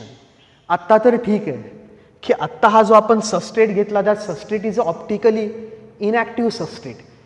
का तर याच्यामध्ये कायरल सेंटर नाही आहे, याच्यामध्ये स्टेरिओजेनिक सेंटर नाही आहे. स्टेरिओजेनिक सेंटर नाही तर हा ऑप्टिकली इनॅक्टिव्ह कंपाऊंड आहे. तर ऑप्टिकली इनॅक्टिव्ह कंपाऊंडची रिॲक्शन झाली OH मायनस बरोबर, प्रोडक्ट पण बनला ऑप्टिकली इनॅक्टिव्हच, का तर याच्यामध्ये पण कुठे कायरल सेंटर नाही, ते बनलं ऑप्टिकली इनॅक्टिव्ह. तर दोन्हीकडे तेच आहे. SN2 मध्ये रिॲक्शन होती बाय मॉलिक्युलर. रिॲक्शनचा रेट दोनांवरती डिपेंडंट होता, सबस्ट्रेटवरती आणि न्यूक्लिओफाईलवरती. SN1 मध्ये रिॲक्शनचा रेट फक्त कोणावरती डिपेंडंट आहे? सबस्ट्रेटवरती. ती रिॲक्शन होती सेकंड ऑर्डर, का तर रिॲक्शनमध्ये सबस्ट्रेटचा रेट डबल झाला, रेट रिॲक्शनचा डबल व्हायचा. बेसचा रेट डबल केला आपण, कॉन्सन्ट्रेशन डबल केला, बेस म्हणजे न्यूक्लिओफाईल, न्यूक्लिओफाईलचं कॉन्सन्ट्रेशन डबल केलं SN2 मध्ये, रेट डबल व्हायचा. It is a second order reaction. He first order reaction आहे. ती रिॲक्शन होती सिंगल स्टेप. OH CH3Br एका स्टेपमध्ये पार्टिसिपेट करत होते. तिकडे 2 स्टेपमध्ये रिॲक्शन नाही झाली का, तर होऊ शकत नव्हती. तिकडे जर अशा टाईपमध्ये झालं CH3Br, SN2च्या वेळेस आपण CH3Br घेतला होता आणि CH3Br जर आयनाइज झाला, ब्रोमीन पेअर घेऊन निघून गेला, आपल्याकडे फॉर्म झालं CH3 प्लस Br मायनस. तर त्याच्यामध्ये जो कार्बोकॅटायन बनला असता that will be a methyl carbocation. Methyl carbocation is unstable. हा कार्बोकॅटायन अनस्टेबल होता, त्यामुळे तिकडे ही रिॲक्शन अनफेवरेबल होती. पण तिकडे काय होतं, हा जो कार्बन होता लेस हिंडर्ड होता, त्यामुळे इझिली अटॅक होऊ शकत होता बॅक साईडने डायरेक्ट, त्यामुळे ती रिॲक्शन झाली सिंगल स्टेपमध्ये. इकडे हा जो कार्बोकॅटायन बनला, इकडे हा एक प्लस आय ग्रुप आहे, हा एक प्लस आय ग्रुप आहे, हा एक प्लस आय ग्रुप आहे. This electron donating inductive effect stabilizes carbocation. आणि हा जर स्टेबल बनत असेल तर आयनायझेशन फेवरेबल आहे. आयनायझेशन फेवरेबल आहे, ती पहिली स्टेप फेवरेबल आहे, ती स्टेप झाल्यानंतर होणार दुसरी स्टेप. डायरेक्ट तर OH अटॅक करायला येऊ शकत नाही का, तर हा कार्बन होता स्टेरिकली हिंडर्ड. म्हणजे आपल्याला कळतं की कार्बोकॅटायन जर स्टेबल बनत असतील, कार्बोकॅटायन जर स्टेबल बनत असेल तर रिॲक्शनमध्ये SN1 होऊन रिॲक्शन होण्याचे चान्सेस जास्त आहेत. आणि जर सबस्टेटमध्ये कार्बोकॅटायन बनत असेल अनस्टेबल आणि रिॲक्टंट साईड जर स्टेरिकली कमी हिंडर्ड असेल तर कुठली रिॲक्शन होणार आहे, SN2. ते पुढे अजून बघूया डिटेलमध्ये नंतर.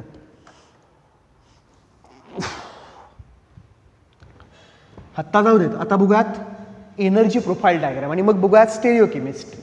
आता याची एनर्जी प्रोफाईल डायग्राम ड्रॉ करूयात. It is a 2 step reaction. ही जर 2 स्टेप रिॲक्शन आहे तर याच्यामध्ये 2 तुम्हाला ट्रान्झिशन स्टेट्स बघायला मिळतील. याच्यामध्ये पण काही ट्रान्झिशन स्टेट होणार आहे. ट्रान्झिशन स्टेट म्हणजे अनस्टेबल अरेंजमेंट, की ज्यावेळेस याच्यामधला C आणि Br बॉन्ड ब्रेक व्हायला लागला असेल, ती असेल एक ट्रान्झिशन स्टेट. तर इकडे ड्रॉ केला आपण energy profile diagram. Y axis इकडे आपल्याकडे एन्थाल्पी और let's call it as a energy, and here progress of reaction. Progress of reaction और रिॲक्शन कोऑर्डिनेट विथ टाइम. तर पहिल्या स्टेपमध्ये एक तर बनणार आहे carbocation intermediate Br minus. This reaction is also exothermic reaction. का तर ह्या स्पीशीज बनल्या की यांचं होणार आहे सॉल्वेशन, का ते ॲक्वियस सोल्युशनमध्ये चालू आहे. ह्यांचं होणार सॉल्वेशन. सॉल्वेशन होणार म्हणजे हायड्रेशन होणार. हा कार्बोकॅटायन जो फॉर्म झाला आहे ह्याला वॉटर मॉलिक्यूल पकडणार. वॉटरमधले जे ऑक्सिजन्स आहेत पार्शियली निगेटिव्हली चार्ज, ह्या कार्बन बरोबर आयन डायपोल इंटरॅक्शननी इकडे याचं करणार हायड्रेशन. याचं पण होणार आयन डायपोल इंटरॅक्शन. वॉटरमधले जे H2O मधले H आहेत which are partially positively charge, हे याला पकडणार. आयन डायपोल इंटरॅक्शन होणार, हे आयन्स होणार सॉल्वेट आणि यांचं सॉल्वेशन झालं की एनर्जी होणार रिलीज. नंतर हा बॉन्ड फॉर्म झाला की एनर्जी होणार रिलीज. तर total energy release during this reaction is more than energy required to break this CBr bond. Energy release होते यांच्या हायड्रेशनमध्ये, एनर्जी रिलीज होते हा बॉन्ड फॉर्म झाल्यामध्ये, आणि एनर्जी फक्त ॲब्सॉर्ब होते हा बॉन्ड ब्रेक करायला. तर overall energy released is more than energy absorbed. त्यामुळे रिॲक्शनमध्ये एनर्जी होणार आहे release. This reaction is a exothermic reaction. आणि ही जर एक्झोथर्मिक रिॲक्शन आहे तर परत मगाच सारखंच की रिॲक्टंटची एनर्जी जास्त बाबा. इकडे आपण घेतले रिॲक्टंट्स. रिॲक्टंट्स कोण घेतला आम्ही, टर्शियरी ब्युटिल ब्रोमाइड. तर आपण म्हणूयात reactant is a CH3 thrice CBr, tertiary butyl bromide and OH minus ion reactant. आणि फायनली फॉर्म होणार इकडे प्रोडक्ट्स. प्रोडक्ट्समध्ये आपल्याकडे कोण आहे, tertiary butyl alcohol CH3 thrice COH plus Br minus leaving group. तर हे जे ट्रान्झिशन आहे हे आपण अशा टाईपमध्ये रिप्रेझेंट करतो. Number of transition states depends on number of steps of reaction. Number of transition states is directly proportional to number of steps. जेवढ्या तुमच्याकडे रिॲक्शनमध्ये नंबर ऑफ स्टेप्स तेवढा बनणार आहे तुमच्याकडे ट्रान्झिशन स्टेट. तर ही पहिल्या स्टेपची ट्रान्झिशन स्टेट आणि दुसऱ्या स्टेपची ट्रान्झिशन स्टेट. ट्रान्झिशन स्टेट म्हणजे काय बाबा, अनस्टेबल अरेंजमेंट, रिॲक्शन इंटरमिजिएट नाही, reaction intermediate acts as a product. तर पहिल्या रिॲक्शनमध्ये इथे जो फॉर्म झाला आहे हे डिप्रेशन्स आहेत ग्राफमध्ये, दोज रिप्रेझेंट्स इंटरमिजिएट्स ऑर प्रोडक्ट्स. तर इकडे फॉर्म झाला इंटरमिजिएट, आणि इंटरमिजिएट कोण फॉर्म झालंय बाबा, intermediate form is carbocation CH3 thrice C+. तर हा पहिल्या स्टेपचा प्रोडक्ट आहे, म्हणून तो आपण इकडे रिप्रेझेंट केला की हा प्रोडक्ट बनला कधी, की ज्यावेळेस हा CH3 हे CH3 थ्राइस CBr मधला बॉन्ड झाला ब्रेक. तर ही होती पहिली ट्रान्झिशन स्टेट TS1. आणि इथे काय अरेंजमेंट असणार आहे, इथे अशा टाईपची अरेंजमेंट असेल, CH3 थ्राइस C आणि Br मधला बॉन्ड सुरू झाला असेल ब्रेक व्हायला, ही त्यावेळेची अरेंजमेंट असेल. आणि एकदा का हा बॉन्ड ब्रेक झाला, बॉन्ड ब्रेक झाल्यानंतर हे आयन्स फॉर्म होतील आणि या आयनचं सुरुवात होईल हायड्रेशन. वॉटरचे मॉलिक्युल्सांना पकडायला सुरुवात करतील. वॉटरचे मॉलिक्युल ज्या त्यांना पकडणार आहे त्यावेळेस त्यांच्यामध्ये आयन डायपोल इंटरॅक्शन क्रिएट होणार आहे, अट्रॅक्शन क्रिएट होणार आहे, आणि अट्रॅक्शन क्रिएट झालं की एनर्जी होणार आहे रिलीज. आणि एनर्जी रिलीज व्हायला लागली की सिस्टीमची एनर्जी कमी कमी होणार पुढे. नाही तर तुम्हाला वाटेल इकडे काय झालं बाबा, इकडे झालं एनर्जीचं ॲब्सॉर्प्शन. हा बॉन्ड ब्रेक करायचा होता तर एनर्जी ॲब्सॉर्ब केली म्हणून एनर्जी इन्क्रीज होत गेली. हा बॉन्ड वीक झाला, आता हा बॉन्ड तुटणार आहे. बॉन्ड तुटला की आयनचं सुरू झालं सॉल्वेशन, आणि आयनचं सॉल्वेशन सुरू झालं की एनर्जी परत झाली डिक्रीज. आपल्याकडे फॉर्म झाला कार्बोकॅटायन इंटरमिजिएट अँड Br-. आणि नंतर आता हा जो कार्बोकॅटायन आहे त्याच्यावरती OH अटॅक करायला येणार आहे. त्या दोघांमध्ये पण स्टेरिक रिपल्शन असणार आहेत, कारण इकडे काही ग्रुप्स आहेत OH. तर यांच्यामधलं रिपल्शन ओव्हरकम करायला आधी एनर्जी लागते. त्यामुळं परत इंटरमिजिएट टू नवीन ट्रान्झिशन स्टेट, इकडे ट्रान्झिशन स्टेट 2, इथपर्यंत परत एनर्जी ॲब्सॉर्ब होते. आता हा ह्याच्यावरती अटॅक करायला येणार आहे.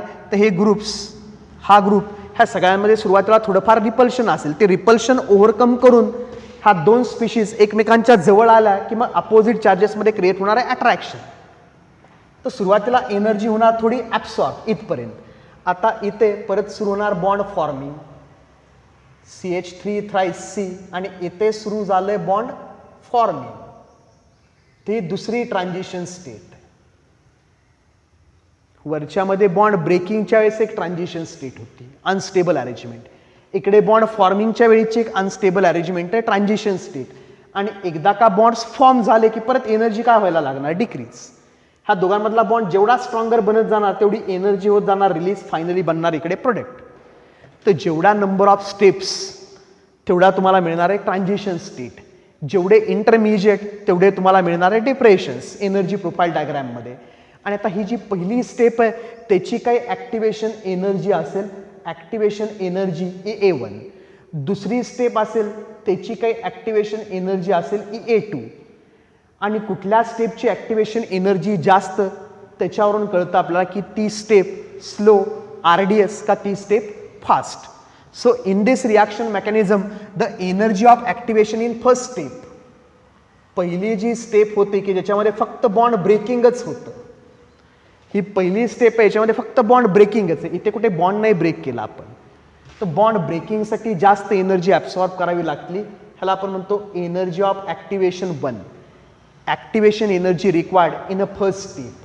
आणि नंतर कार्बोकॅटायन त्याच्यावरती OH- अटॅक करायला जास्त एनर्जी लागणार नाही. हे अपोजिटली चार्ज आयन्स आहेत, तरी पण एकमेकांच्या जवळ आणायचं आहे तर स्टेरिक रिपल्शन कमी करावं लागेल, बॉन्ड नाही ब्रेक करायचा. पण हे रिपल्शन कमी करायला आणायला, दोघांना एकमेकांच्या जवळ आणायला थोडी एनर्जी लागेल, त्याला आपण म्हणणार आहे ॲक्टिवेशन एनर्जी 2. तर हा जो एनर्जी डिफरन्स आहे peak of barrier and energy of reactant, आता हा रिॲक्टंट आहे सेकंड स्टेपमध्ये, त्याला आपण म्हणणार आहे energy of activation 2 in second step. तर इथे आता energy of activation 1 is greater than energy of activation 2, म्हणून आपण म्हणतो first step is a slowest step, it is a RDS. तर ही RDS. आणि ही जी स्टेप आहे ती कसली स्टेप आहे बाळा, फास्ट स्टेप. आणि difference of energy between reactants and products, त्याचं काही जास्त कौतुक नाही. That reaction that difference is delta H enthalpy of reaction, which is the enthalpy of products minus enthalpy of reactants, final minus initial, जी येणार आहे negative because it is a exothermic reaction. तर हे energy profile representation of SN1 mechanism. SN1 mechanism इथून नाही जायचं. SN1 single step opposite आहे. SN1 आहे multi step आहे. SN2 आहे सिंगल स्टेप आहे. नीट लक्षात ठेवायचं. तर तिकडे SN2 मध्ये इंटरमिजिएट नव्हता. तिकडे फक्त होतं एकच transition state. It is a single step. इकडे इंटरमिजिएट आहे and that intermediate depends on number of steps, की जेवढ्या नंबर ऑफ स्टेप्स -1 तेवढ्या असणार आहेत इंटरमिजिएट. आत्ता 2 स्टेप होता. आत्ता रिॲक्शन 2 स्टेपमध्ये झाली म्हणून इंटरमिजिएट होता 1. रिॲक्शन जर 3 स्टेपमध्ये झाली तर इंटरमिजिएट असणार 2. रिॲक्शन जर 1 स्टेपमध्ये झाली तर ट्रान्झिशन स्टेट 1. रिॲक्शन जर 2 स्टेपमध्ये झाली तर ट्रान्झिशन स्टेट 2.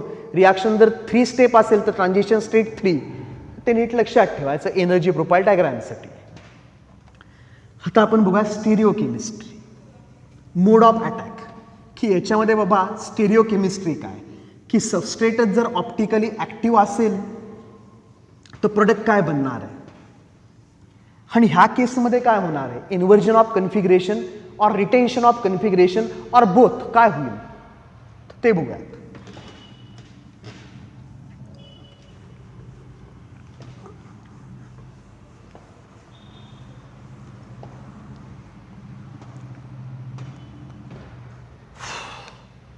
आता घेऊयात आपण optically active substrate. Optically active substrate एक कन्सिडर करूयात. अशा टाईपचा एक सबस्ट्रेट घेऊयात आपण.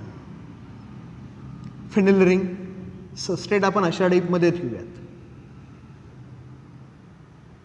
हे आपल्याकडे फिनेल रिंग C, इकडे एक ठेवूयात CH3, H आणि Br, bromine. This carbon which is attach to 4 different atoms or group of atoms is chiral carbon, chiral center. आणि ब्रोमीन इकडे पेअर घेऊन निघून गेला की हा जो कार्बोकॅटायन बनेल it is a stable carbocation which is a resonance stabilized. का ते बेन्झिलिक पोझिशन आहे. Benzylic carbocation is a resonance stabilize आणि इकडे एक प्लस आय ग्रुप आहे. तेवढा कार्बोकॅटायन बनणार आहे स्टेबल. तर हा घेऊयात आपण substrate. That phenyl ring is represented as a PH.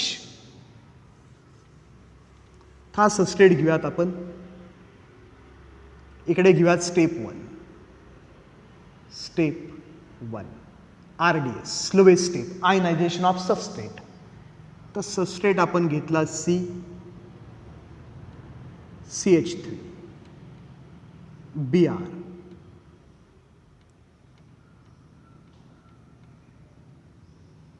Phenyl ring PH, H, chiral center. And let's assign R and S configuration to this substrate. So this one is priority first group, priority second group, priority third group, priority fourth group, lowest priority group. If arrow is drawn from 1 to 2 to 3, arrow is from the viewer, arrow is anti-clockwise. If arrow is anti-clockwise and H is away from the viewer, lowest priority group is away from the viewer, that means it is a S configuration. So substrate is optically active this time and its configuration is a S configuration. If product form is with S configuration, we will say that reaction proceeds with retention of configuration. If product form is with R configuration, we will say that this reaction proceeds with inversion of configuration. So the first step is ionization step, which is a RDS, rate determining step. It is a rate determining step. It is a slow step, and in this step carbocation intermediate is form. त्या स्टेपमध्ये बनतं बाबा carbocation intermediate, carbon CH3. Carbocation is a planar molecule.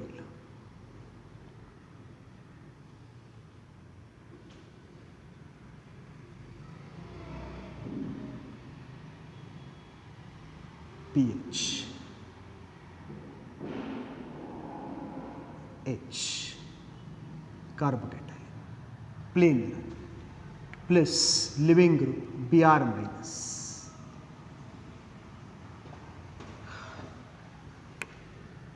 So Br takes pair of electrons and leaves as Br minus leaving group, and this is a carbocation which is a planar, and right now this plane is drawn perpendicular to the board. It is a planar carbocation CH3, then pH phenyl ring, and inside of that board hydrogen atom is there. So it is a planar carbocation. sp2 planar carbocation intermediate. It is sp2 planar carbocation intermediate, and as it is a slow step, the rate of this reaction depends on stability of carbocation. Rate of SN1 reaction, this rate of this SN1 reaction depends on stability of carbocation. तर जेवढा stable बनणार carbocation, rate of reaction will be faster. जेवढा carbocation बनणार less stable, rate of this reaction will be slower. And as these carbocations has tendency to rearrange to form more stable carbocation. कार्बोकेटायनची tendency असते की carbocation form झालं तर carbocation स्वतः rearrange होतो की जेणेकरून मोर स्टेबल कार्बोकेटायन बनेल, आणि कार्बोकेटायन जर रिअरेंज झाला तर प्रोडक्ट पण आपल्याला मिळतो रिअरेंज्ड. त्यामुळे ते एक बघावं लागतं की याच्यामध्ये रिअरेंजमेंट पॉसिबल असते.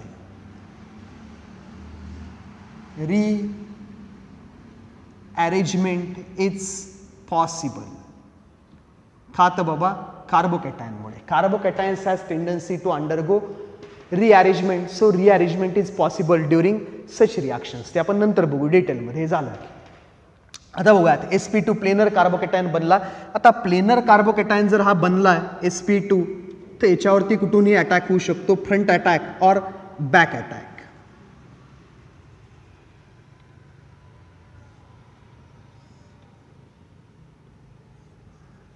CH3 H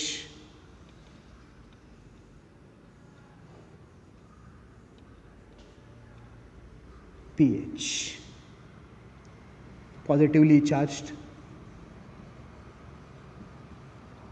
carbocation, planar intermediate, sp2 hybridized. Now OH minus can attack from front side, or OH minus OH minus can attack from back side. And is it a carbocation, a planar molecule, OH can attack from the same side as that of a Br, or it can attack from opposite side as that of a Br. So we call that as a front attack and back attack, or you can call it as a top attack, bottom attack. So right now there are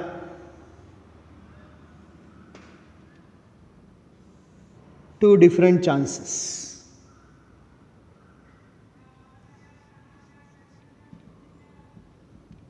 OH minus ion, let's call front attack. आता इकडे काही single step reaction नाही, इकडे काही फक्त back अटॅकच नाही. हा carbocation बनला आहे प्लेनर, तर OH मायनस आता कुठूनही येऊ शकतो, प्लेनच्या ह्या साईडनी किंवा प्लेनच्या त्या साईडनी कुठूनही येईल. तर अटॅक दोन्ही साईडनी होणार आहे, आणि सध्या तरी वाटतंय की अटॅकचे चान्सेस 50-50% आहेत. का तर कार्बोकेटायन आहे प्लेनर, आणि कार्बोकेटायन जर प्लेनर असेल there are 50% chances of front attack and 50% chances of back attack. तर अटॅक तर कुठूनही येऊ शकतो सध्या. तर आत्ता फक्त फ्रंट अटॅकचं बघूयात की OH मायनस अटॅक आहे. सपोज ह्या साईडने अटॅक झाला येऊन, हा आला आणि इलेक्ट्रोफाईलवरती अटॅक केला फ्रंट साईडने. The curved arrows are always drawn from nucleophile to electrophile. Electrophile to nucleophile arrow कधी आपण काढत नाही. From nucleophilic electron rich centre to electron deficient centre there is electron donation. तर OH मायनस त्यांनी केला front attack. Front attack जर केला तर कंपाऊंड कुठल्या टाईपमध्ये फॉर्म होणार आहे, CH3. इकडे येऊन अटॅच झाला OH, इकडे pH ॲज इट इज, इकडे pH आणि एक H. ह्याला जरा RS कन्फिगरेशन असाइन करू द्यात, कारण तो जो कंपाऊंड बनला आहे it is also chiral compound. इकडे हा जो कंपाऊंड बनला आहे याच्यामध्ये पण हे कायरल सेंटर आहे which is attach to 4 different atoms or group of atoms, and if priorities are assigned, first priority, second priority, third priority, 1 2 3, first priority group, second priority, third priority, fourth priority, 1 to 2 to 3. Observer which is away from the lowest priority center, now 1 to 2 3, 1 to 2 to 3, arrow is anti-clockwise, arrow is anti-clockwise, it means this configuration is a S configuration. This configuration is S configuration, and our substrate is also S configured. If substrate is S and there is a front attack, that means attack from the same side as that of living group. Living ग्रुपच्या same साईडने जर attack झाला carbon वरती तर आपल्याला कसला compound मिळाला? S configuration. आणि सबस्ट्रेट पण एस, म्हणजे हा जो कंपाऊंड बनलाय हा कसला बनलाय? With retention of configuration. This compound is formed with retention of configuration. If attack occurs from the same side as that of a living group, configuration remains as it is. The product formed is with retention of configuration. आणि आता जर झाला SN2 सारखा back attack, का तर ती पण possibility की OH मायनस आहे त्यांनी प्लेनर कार्बोकॅटायन वरती अटॅक केला, बॅक अटॅक. एक तर फ्रंट अटॅक होईल किंवा अटॅक होईल बॅक साइड अटॅक.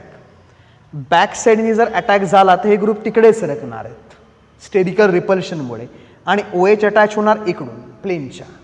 तर इकडे जर झाला back attack, if there is a back attack, CH3 प्लेनच्या ह्या साईडने येऊन अटॅच झाला OH,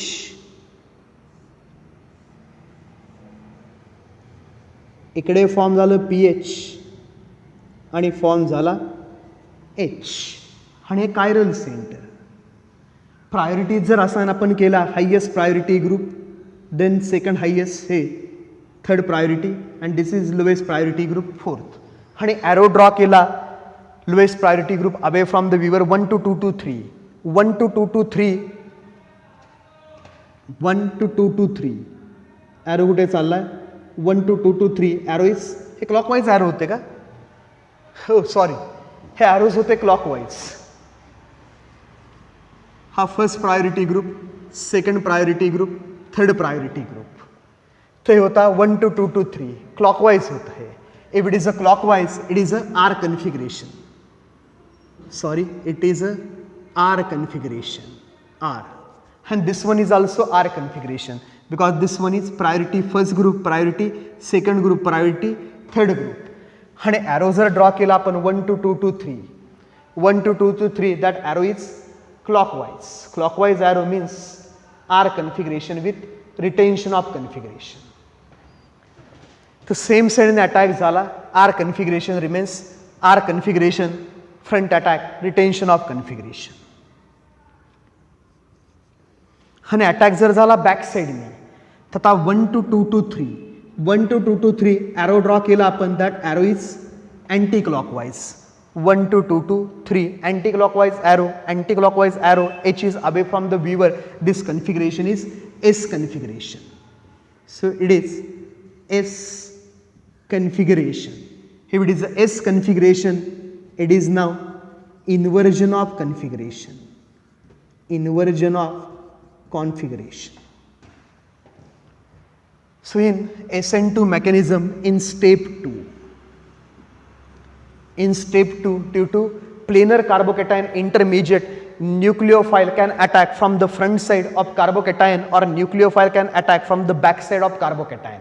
If attack occurs through the same side as that of living group, the product is formed with retention of configuration, and if attack occurs from the opposite side of that living group, the product form is with inversion of configuration.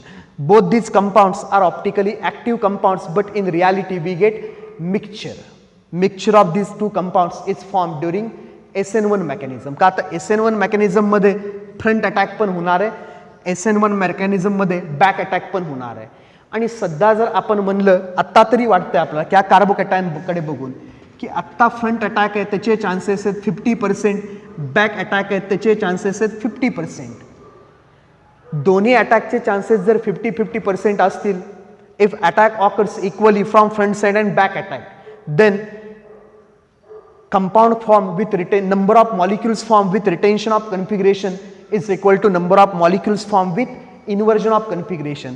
हा product जेवढा बनणार आहे तेवढाच हा product बनणार आहे. आणि हे दोघं एकमेकांचे कोण आहेत? These are non superimposable mirror images of one another. These are enantiomers. हे इकडे जे बनलंय तुमच्याकडे, it is nothing but enantiomers. Enantiomers. तर तुम्हाला काय मिळालंय बाळा आता? Mixture of enantiomers. एक फॉर्म जर याच्यामधला असेल डी, तर दुसरा फॉर्म असेल एल, काही असू शकतं. ह्याला आपण म्हणूया D form, dextro rotatory form. Then its mirror image will be levo rotatory form, L form. त्या दोघांचं बनणार आहे मिक्सचर. आणि मिक्सचरमध्ये जर हे इक्वल प्रपोर्शनमध्ये असतील, equimolar mixture of enantiomers is optically inactive. तुमच्याकडे जर फॉर्म झालं equimolar mixture, equimolar mixture of enantiomers is optically inactive, and that optically inactive mixture is called as racemic mixture or racemate. हे सगळं आपण बघितलं की इनॅन्शियोमर जर फॉर्म झाले इक्वल प्रपोर्शनमध्ये, 50 मॉलिक्युल्स याचे बनले, 50 मॉलिक्युल्स याचे बनले, Dextro rotation of 50 molecules gets cancelled out with Leo rotation of another 50 molecules. This is called as external compensation, and due to the external compensation the mixture is optically inactive, which is called as racemic mixture. तर textbook आपल्याला सांगतं की during SN1 reaction racemic mixture is formed, and if racemic mixture is formed it is optically inactive. तुमच्याकडे substrate होता optically active, substrate होता optically active, आणि optically active सबस्ट्रेटवरती दोन्ही साईडने अटॅक झाला. ऑप्टिकली ॲक्टिव्ह सबस्ट्रेटवरती झाला फ्रंट अटॅक, ऑप्टिकल सबस्ट्रेटवरती झाला back attack. If chances are 50-50%, both this enantiomers are formed in equal proportion, and due to their external compensation the product formed is a racemic mixture which is optically inactive. हे exactly opposite आहे SN2 च्या. SN2 मध्ये फक्त back side attack झाला, फक्त back side अटॅकमुळे geometry झाली invert. R configuration बनलं S, S configuration बनलं आर, डेक्स्ट्रो बनला लिओ, लिओ बनला डेक्स्ट्रो. ऑप्टिकली ॲक्टिव्ह राहिला ऑप्टिकली ॲक्टिव्हच, ऑप्टिकली इनॅक्टिव्ह सबस्ट्रेट राहिला ऑप्टिकली इनॅक्टिव्हच.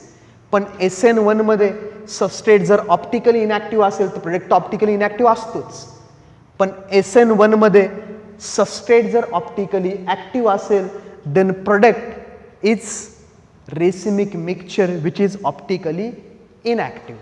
तर थेरॉटिकली हे जे मिक्सचर बनलं, this mixture must be optically inactive mixture which is a racemic mixture.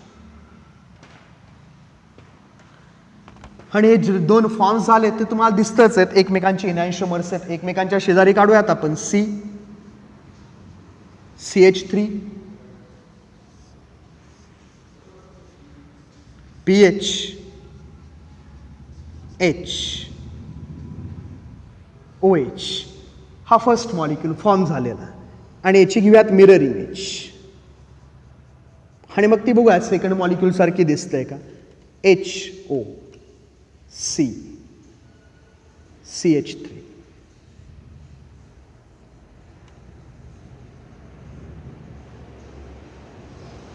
PH, H. ते दिसतंच याच्यासारखं. तर हे तुम्हाला दिसतंय की बाबा हा खायरल कार्बन आहे, ऑप्टिकली ॲक्टिव्ह कंपाऊंड आहे. Mirror image of optically active compound is non superimposable. These are chiral compounds, non-handed compounds, chiral compounds. Both are optically active compounds. If this one is a dextrorotatory, its mirror image is a levorotatory, and equimolar proportion of both these forms, DL mixture or plus minus mixture, is optically inactive. त्या रिॲक्शनमध्ये तुमच्याकडे form झाला D form, याच्यामध्ये form झाला L form. दोन्हीकडे attack म्हणलं आपण 50-50% attack. दोघांचं proportion form झालं सेम. तर दोघांचं ऑप्टिकल रोटेशन एकमेकांना झालं कॅन्सल. आणि फायनली काय फॉर्म झालं, optically inactive racemic mixture of enantiomers. Compound होता ऑप्टिकली ॲक्टिव्ह, सबस्ट्रेट होता ऑप्टिकली ॲक्टिव्ह, पण फायनली जे प्रोडक्ट बनलं ते बनलं mixture which is optically inactive. हे सगळं झालं थेरॉटिकल. हे सगळं झालं theoretical. In reality backside attack always takes place in more amount than in a front side attack. Front side attack पेक्षा बॅक साइड अटॅकचं प्रपोर्शन असतं जास्त. आपण म्हणूयात की हा जर झाला 45% तर याचे चान्सेस होतात की हा अटॅक किती होणार आहे 55%. सांगायचं थोडक्यात काय की this backside attack is always in excess compared to the front attack. नेहमी असंच होणार आहे. का तर ज्यावेळेस तुमच्याकडे हा बॉन्ड ब्रेक होईल, हा बॉन्ड ब्रेक झाला, ब्रेक झाला बॉन्ड, इकडे फॉर्म झालं कार्बोकॅटायन आणि ब्रोमीन मायनस आता इकडून निघून चाललाय. आता हा ब्रोमीन मायनस जोपर्यंत डिपार्ट होत नाही कम्प्लिटली तोपर्यंत इकडून OH अटॅक करणार नाही. का आता हा ब्रोमीन मायनस जाताना OH मायनस बरोबर करणार आहे repulsion. So for few seconds attack of OH minus from back side exceeds than attack of OH minus from the front side. तर इकडे हे जे डिपार्ट होणार आहेत एकमेकांपासून त्याला थोडा वेळ लागणार आहे. का तर अपोजिटली चार्जमध्ये थोडा अट्रॅक्शन असणार आहे. तर हे जोपर्यंत एकमेकांपासून सेपरेट होत नाहीत तोपर्यंत फ्रंट अटॅक होणार नाही. तोपर्यंत जास्त कुठला होणार बॅक अटॅक. आणि एकदा का Br मायनस आयसोलेट झाला याच्यापासून लांब गेला आता OH मायनसचा अटॅक सुरू होणार फ्रंट अटॅक. पण त्याच्यापेक्षा जास्त अटॅक कुठला होणार आहे back attack. So back attack is always in excess compared to front attack. Hence, molecule formed with inversion of configuration. Back attack जास्त होतोय तो हे मॉलिक्यूल जास्त बनणार आहेत. आणि हे मॉलिक्यूल जर जास्त बनले तर आपण त्याला म्हणतो enantiomeric excess. Enantiomeric excess. Inversion product is always formed in excess. ह्या रिॲक्शनमध्ये ॲक्च्युली ऑप्टिकली इनॅक्टिव्ह मिक्सचर बनत नाही. का तर 50-50% अटॅक जास्त 50-50% अटॅक होण्याचे चान्सेस असतात एकदम कमी. हा बॅक साइड अटॅक आहे तो थोडा एक्सेसमध्ये होतो फ्रंट अटॅकपेक्षा. का तर इकडे तुम्हाला सांगितलंच की हा Br जोपर्यंत इकडून निघून जात नाही कम्प्लिटली तोपर्यंत OH मायनसचा फ्रंट अटॅक होतो कमी आणि OH मायनस जास्त प्रिपेअर करतो बॅक साइडने अटॅक करायचं. एकदा का Br निघून गेला की मग दोन्हीकडून सेम अटॅक होईल. पण हा जो बॅक अटॅक आहे तो नेहमी होणार आहे एक्सेसमध्ये कुणापेक्षा फ्रंट अटॅकपेक्षा. आणि मग रिटेन्शन कन्फिगरेशन आहे तो कमी फॉर्म होणार आहे कुणापेक्षा इन्व्हर्जन कन्फिगरेशनपेक्षा. आणि हा जर कमी फॉर्म झाला इन्व्हर्जन कन्फिगरेशनपेक्षा तर आपल्याला काय मिळणार नाही ऑप्टिकली इनॅक्टिव्ह मिक्सचर. आपल्याला मिळणार आहे इनॅन्शोमेरिक एक्सेस. हे कंपाऊंड्स थोडंफार ऑप्टिकली रोटेशन शो करणार आहे. हे जे मिक्सचर बनणार आहे it is not a totally optically inactive. ते शो करणार आहे थोडंसं opposite rotation to that of substrate. का तर इन्व्हर्टेड प्रोडक्ट बनणार आहे एक्सेसमध्ये. Inversion product is formed in enantiomeric excess due to different fractions of attacks. की दोन्ही अटॅक 100% 50-50% नी तो होणार नाहीत. मग अटॅक 50-50% नी होणार का नाही हे कशावरती डिपेंडंट असतं. ते डिपेंडंट असतं स्टॅबिलिटी ऑफ कार्बोकॅटायनवरती. जेवढा कार्बोकॅटायन स्टेबल बनणार जितक्या फास्ट बनणार स्टेबल कार्बोकॅटायन आहे तो फास्ट बनणार. आणि फास्ट जर बनला तर लवकर हे एकमेकांपासून होणार सेपरेट. आणि जेवढा लवकर एकमेकांपासून सेपरेट होणार तेवढे दोन्हीकडून अटॅक व्हायचे चान्सेस जास्त. जेवढे हे इझिली सेपरेट होणार नाहीत का तर कार्बोकॅटायन अनस्टेबल बनतोय. हे जर इझिली सेपरेट झाले नाहीत तर जास्त अटॅक कुठला होणार बॅक अटॅक. तर पुढे जे फॉर्म होतंय इनॅन्शोमेरिक मिक्सचर.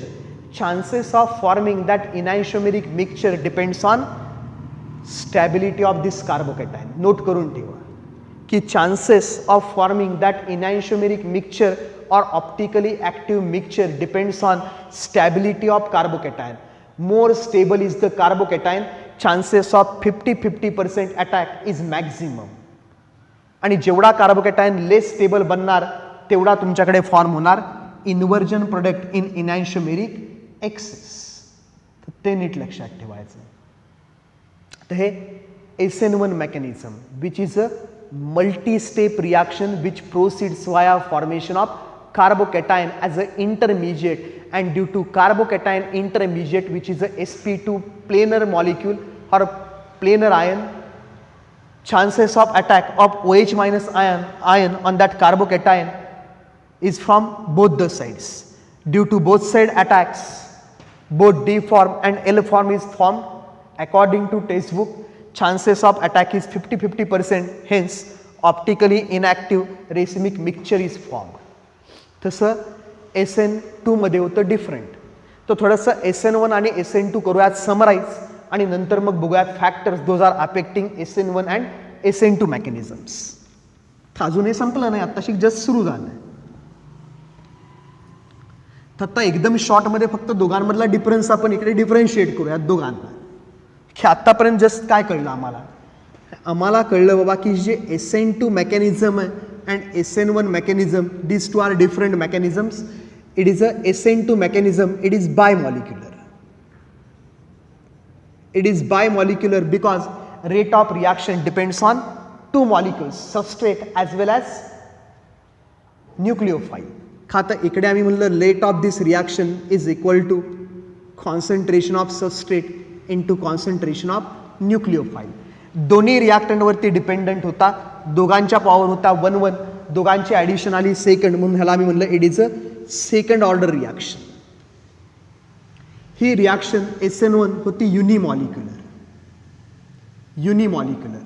का तर रिॲक्शनचा रेट आहे it only depends on concentration of substrate raise to power 1 आणि पॉवर होती 1 म्हणून it is a first order kinetics, first order reaction.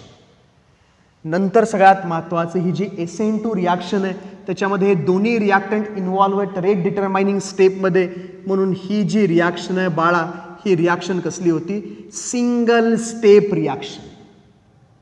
Whereas SN1 reaction एकच रिॲक्टंट रेट डिटरमाइनिंग स्टेपमध्ये म्हणजे दुसरा रिॲक्टंट फास्टर स्टेपमध्ये, it is a multi step reaction. तर ही रिॲक्शन होती मल्टी स्टेप रिॲक्शन. आणि सिंगल स्टेप रिॲक्शन होती म्हणून ह्याच्यामध्ये काय नव्हतं इंटरमिजिएट, नो इंटरमिजिएट, ह्याच्यामध्ये इंटरमिजिएटच नव्हता. ही मल्टी स्टेप रिॲक्शन आहे तर याच्यामध्ये काय फॉर्म झालं, याच्यामध्ये फॉर्म झालं बाळा कार्बोकॅटायन इंटरमिजिएट, कार्बोकॅटायन इंटरमिजिएट. इकडे फक्त होती सिंगल ट्रान्झिशन स्टेट, एका स्टेपमध्ये रिॲक्शन झाली म्हणून इकडे काय होती सिंगल ट्रान्झिशन स्टेट. इथे मल्टी स्टेपमधून रिॲक्शन झाली म्हणून इकडे काय असणार आहेत, इकडे असणार आहेत मल्टिपल ट्रान्झिशन स्टेट. ही रिॲक्शन जर झाली 2 स्टेपमध्ये 2 ट्रान्झिशन स्टेट, रिॲक्शन झाली सिंगल स्टेपमध्ये सिंगल ट्रान्झिशन स्टेट. आणि सगळ्यात महत्त्वाचं काय की substrate is optically active, substrate is optically inactive म्हणूयात first. If substrate is optically inactive in SN2 and SN1 reaction, product is optically inactive. काही चेंज नाही. हे रिॲक्टंटच स्वतः ऑप्टिकली इनॅक्टिव्ह होता, तर प्रोडक्ट पण दोन्हीकडे ऑप्टिकली इनॅक्टिव्हच मिळाले. But if substrate is optically active, if substrate is optically active तर SN2 मध्ये product is also optically active. Product is optically active with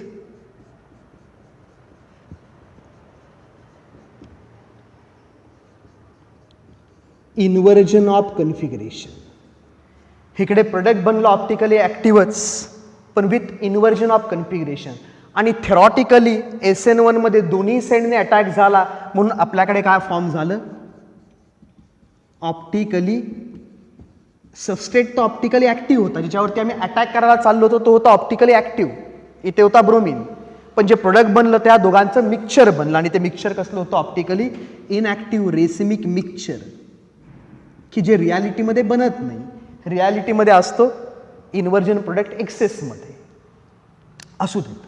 आणि सगळ्यात महत्त्वाचं म्हणजे अटॅकचं, की हे झालं का, तर याच्यामध्ये फक्त काय झालं, SN2 मध्ये झाला बॅक अटॅक आणि SN1 मध्ये काय झालं बाबा, फ्रंट प्लस बॅक अटॅक. इकडे अटॅक झाला दोन्ही साईडनी, का तर इकडे बनलं कार्बोकॅटायन इंटरमिजिएट. कार्बोकॅटायन जेवढा स्टेबल बनणार तेवढा SN1 रिॲक्शनचे चान्सेस जास्त, आणि इकडे बॅक अटॅक आहे तर जेवढा तुमच्याकडे कार्बन स्टेरिकली लेस हिंडर्ड तेवढा होणार SN2 अटॅक. आता हे कम्पेअर करूयात आपण on in topic factors affecting SN1 and SN2 मेकॅनिझममध्ये.